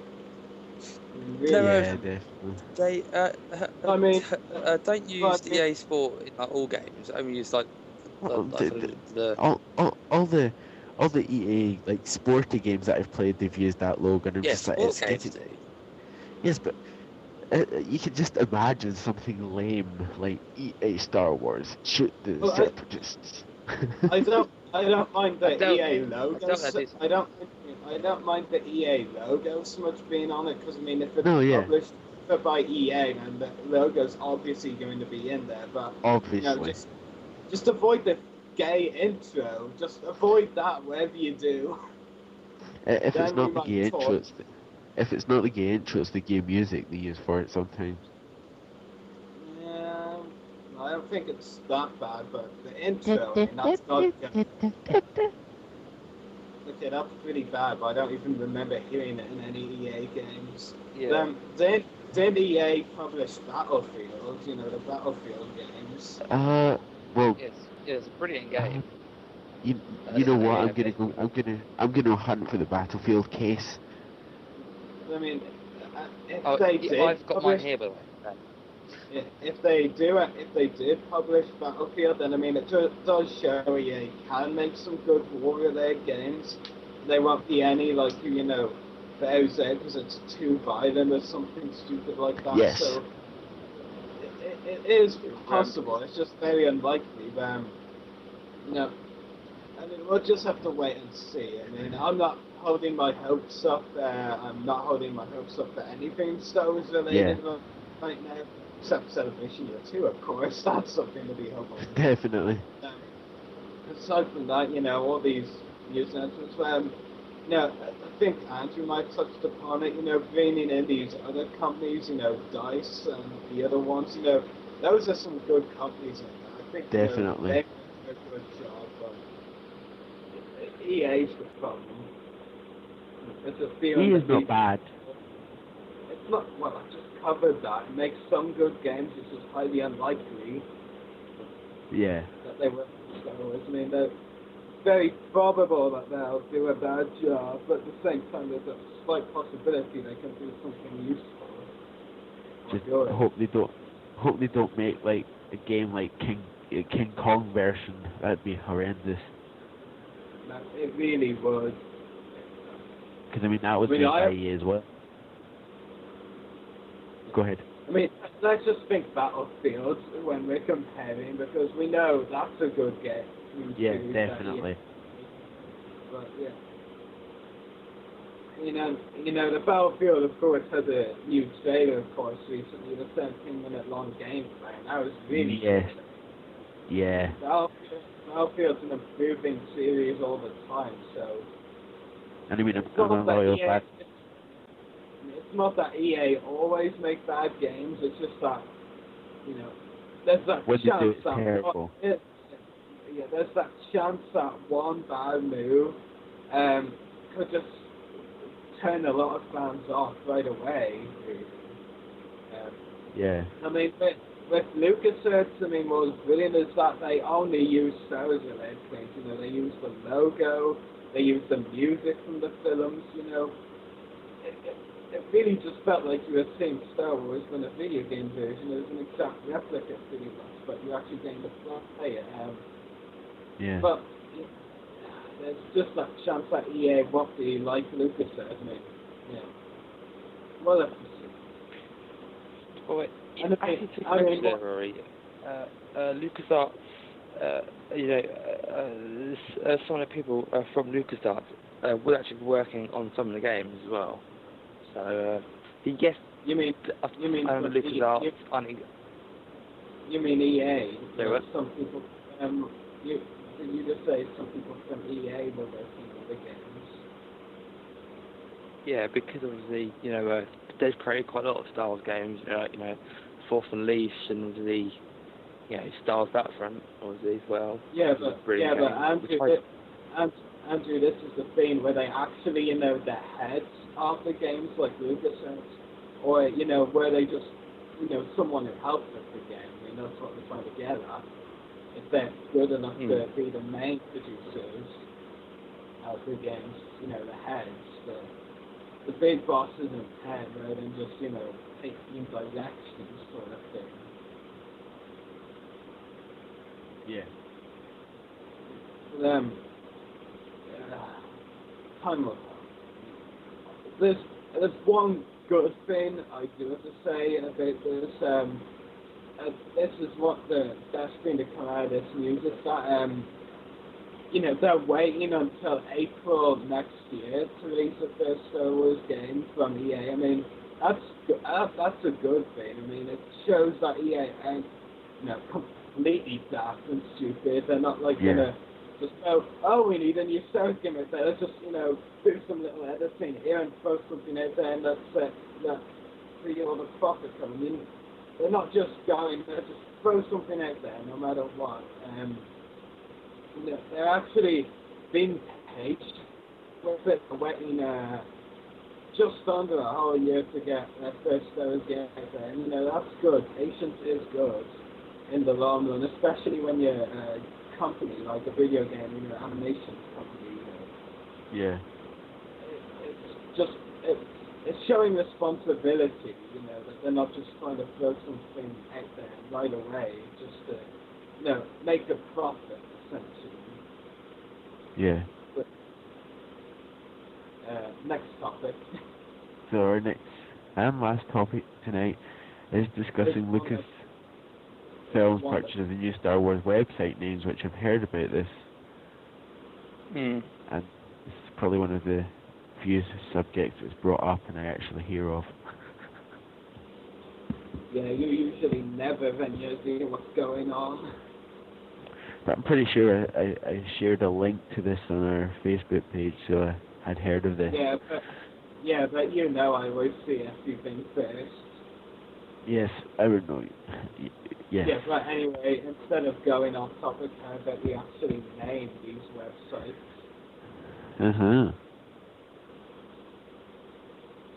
Oh, okay. So the website names including Gungan Frontier 2, Gungan Frontier 3. Frontier, not Sorry. Frontier. Gungan Frontier 2, Gungan Frontier 3, Gungan Frontier 4, Order 67, Too many Gungans. Star Wars Alliance, Star Wars Rebels, Star Wolfpack. Wolfpack! There we go. And there's the Wolfgasm. I didn't say that. Wolfpack Adventures, and finally Wiki Hunters. So much Wolfpack. And too much Gungans. Yeah. I mean, I much can... Wolfpack, Gungans. Hey, no. Get out. You can never have enough Wolfpack. Oh, okay. You can never have enough Wolfpack. You should know that, Shiny. Yeah. But, the thing is, I mean, unlike some people, well, a lot of people, I actually, can stand Jar Jar and the Gungans. I mean, to an extent, I mean, come on.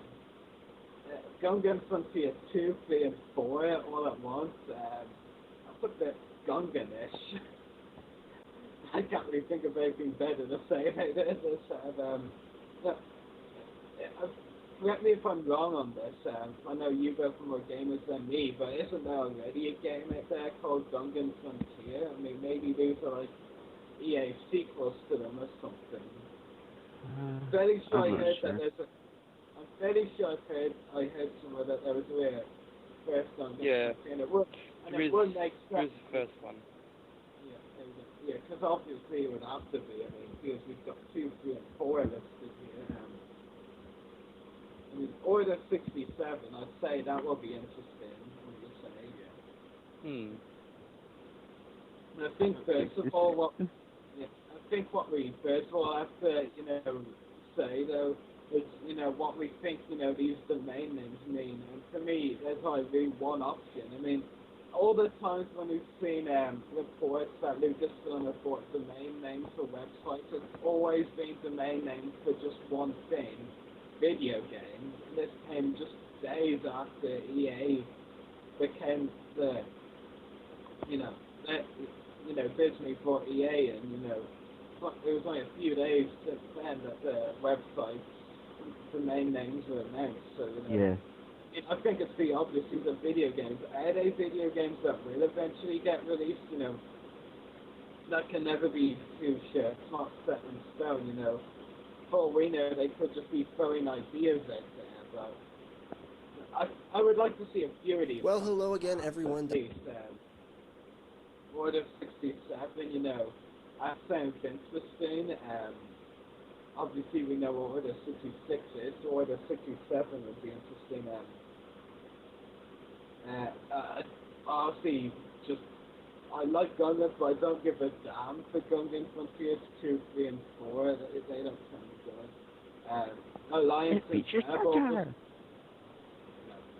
Alliance and Rebels, they sound too similar to other Star games in time that pass. But Wookiee Hunters, you can never have enough Wookiees. I mean, who doesn't? Well, hello again, everyone. Like Dominic here with a cold open. Before we start the show this week, I feel like I should explain to you what you're about to hear. When we were recording the show, it was brought to our attention by our live listeners that they couldn't hear Chris. Chris eventually fixed the problem, but for the first 10 to 15 minutes, the recording did. I'm not too sure on that one. it would be cool. And of course, if these two don't come to pass, I think I'll be furious for a long, long time. Wolfpack and Wolfpack Adventures. I mean, they could, make it like Republic Commando. That would be so cool. You gain the players Wolfpack troopers, or essentially Commander Wolf, and leading the other troopers to missions. That would be really cool. I would be surprised if they only the voice of the next generation. Making it because Podcast, the voice of the next generation. We must go to the lower levels, the underworld. On the sandstorm planet, not on the sea. I won't say that Wolfpack story as a whole is meant to end there, so maybe he'd want to finish it in a video game or something, so let's wait and see. But if they make, as you both know, I'm not a huge gamer, at least as I used to be. I really just bet games nowadays, because I think games honestly are just overpriced now. I don't see the full value in paying the full price for them. I would definitely pick up both Wolfpack games for sure. Just get addicted to them and play them forever and ever and ever. So, bring me those Wolfpack games and I'll be happy. As long as be able to do a bad job, of course. Anyway, what do you think of the main names and the possibilities?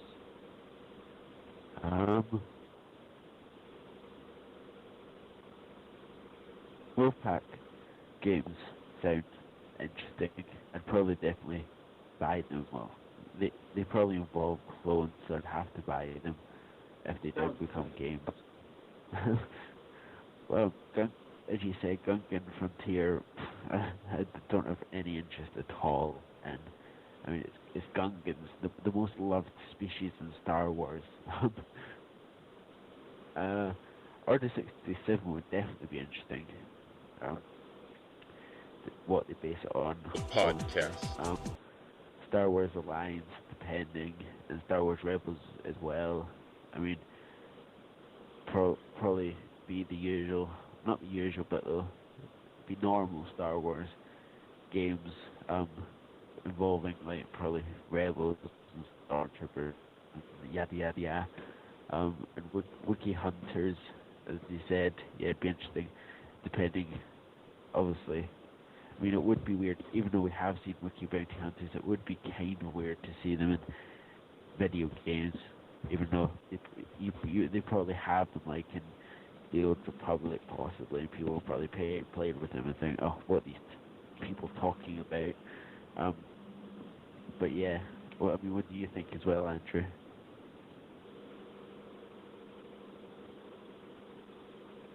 Andrew? What? Say what? I zoned out a minute. Sorry, I was tired. I got work in the morning. Say what? I said, what do you think? About the website. About what? The website. Wakey, Andrew.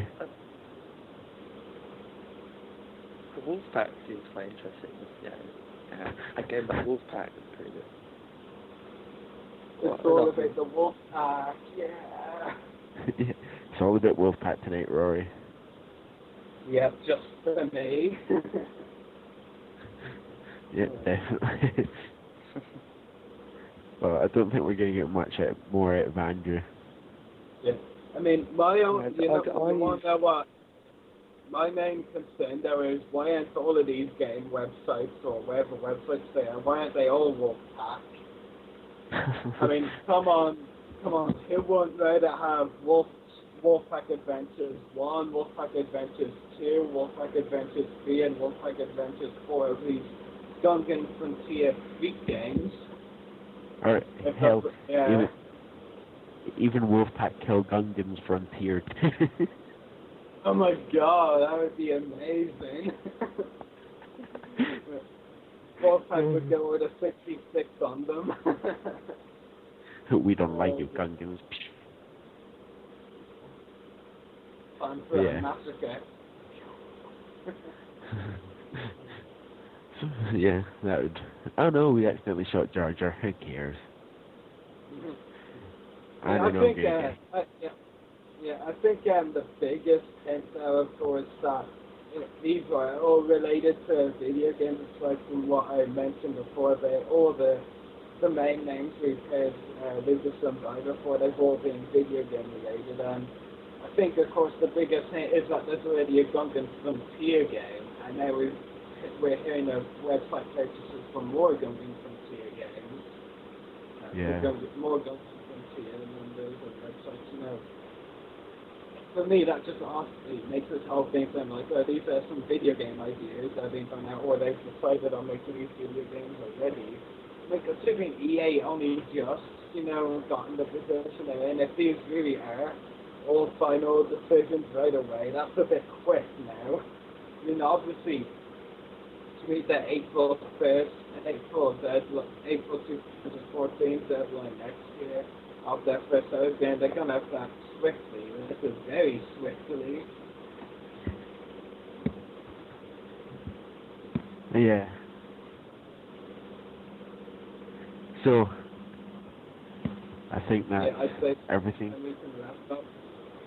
Yeah, so make sure to check out our YouTube channel, the podcast.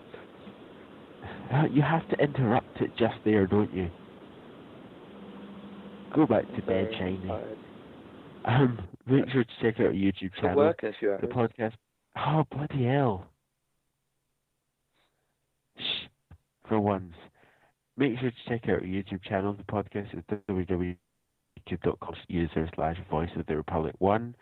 Check out mine at www.youtube.com/user/14mr-das. Also check out Rary's at www.youtube.com/separatist-destroyers. And check out Andrew's at www.youtube.com/user/game-reviews94. And don't forget to check out Art Butler website at www.artbutler.com, and also check out Chris Monk on Facebook, www.facebook.com/chris.monk, and also check out Toby's website at www.sites.google.com/site/Jabba-the-Hutt2/home. Also check out our friends at the Clone Wars Weekly Podcast, www.facebook.com/pages/Clone Wars Weekly. And check out channel 1138 on Facebook, where we broadcast live to you every week at www.facebook.com/channel/1138 to find out the rest of their programming for the week. And also check out our sponsors, starting with Hunter Toys with www.facebook.com/pages/Hunter Toys, and Jedi Businesses at www.facebook.com/Jedi Businesses. And finally, Retro Star Wars. It's business, not business, it's business. I keep doing the same every week, don't I? www.facebook.com www.facebook.com/Retro Star Wars. And finally, make sure to keep tuned in for a repeat of this week's Star Wars Underworld podcast. You don't want to miss that. But yeah, so from Rary, Andrew, Art, Chris, Toby, and me, Daniel, may the Force be with you, Star Wars fans.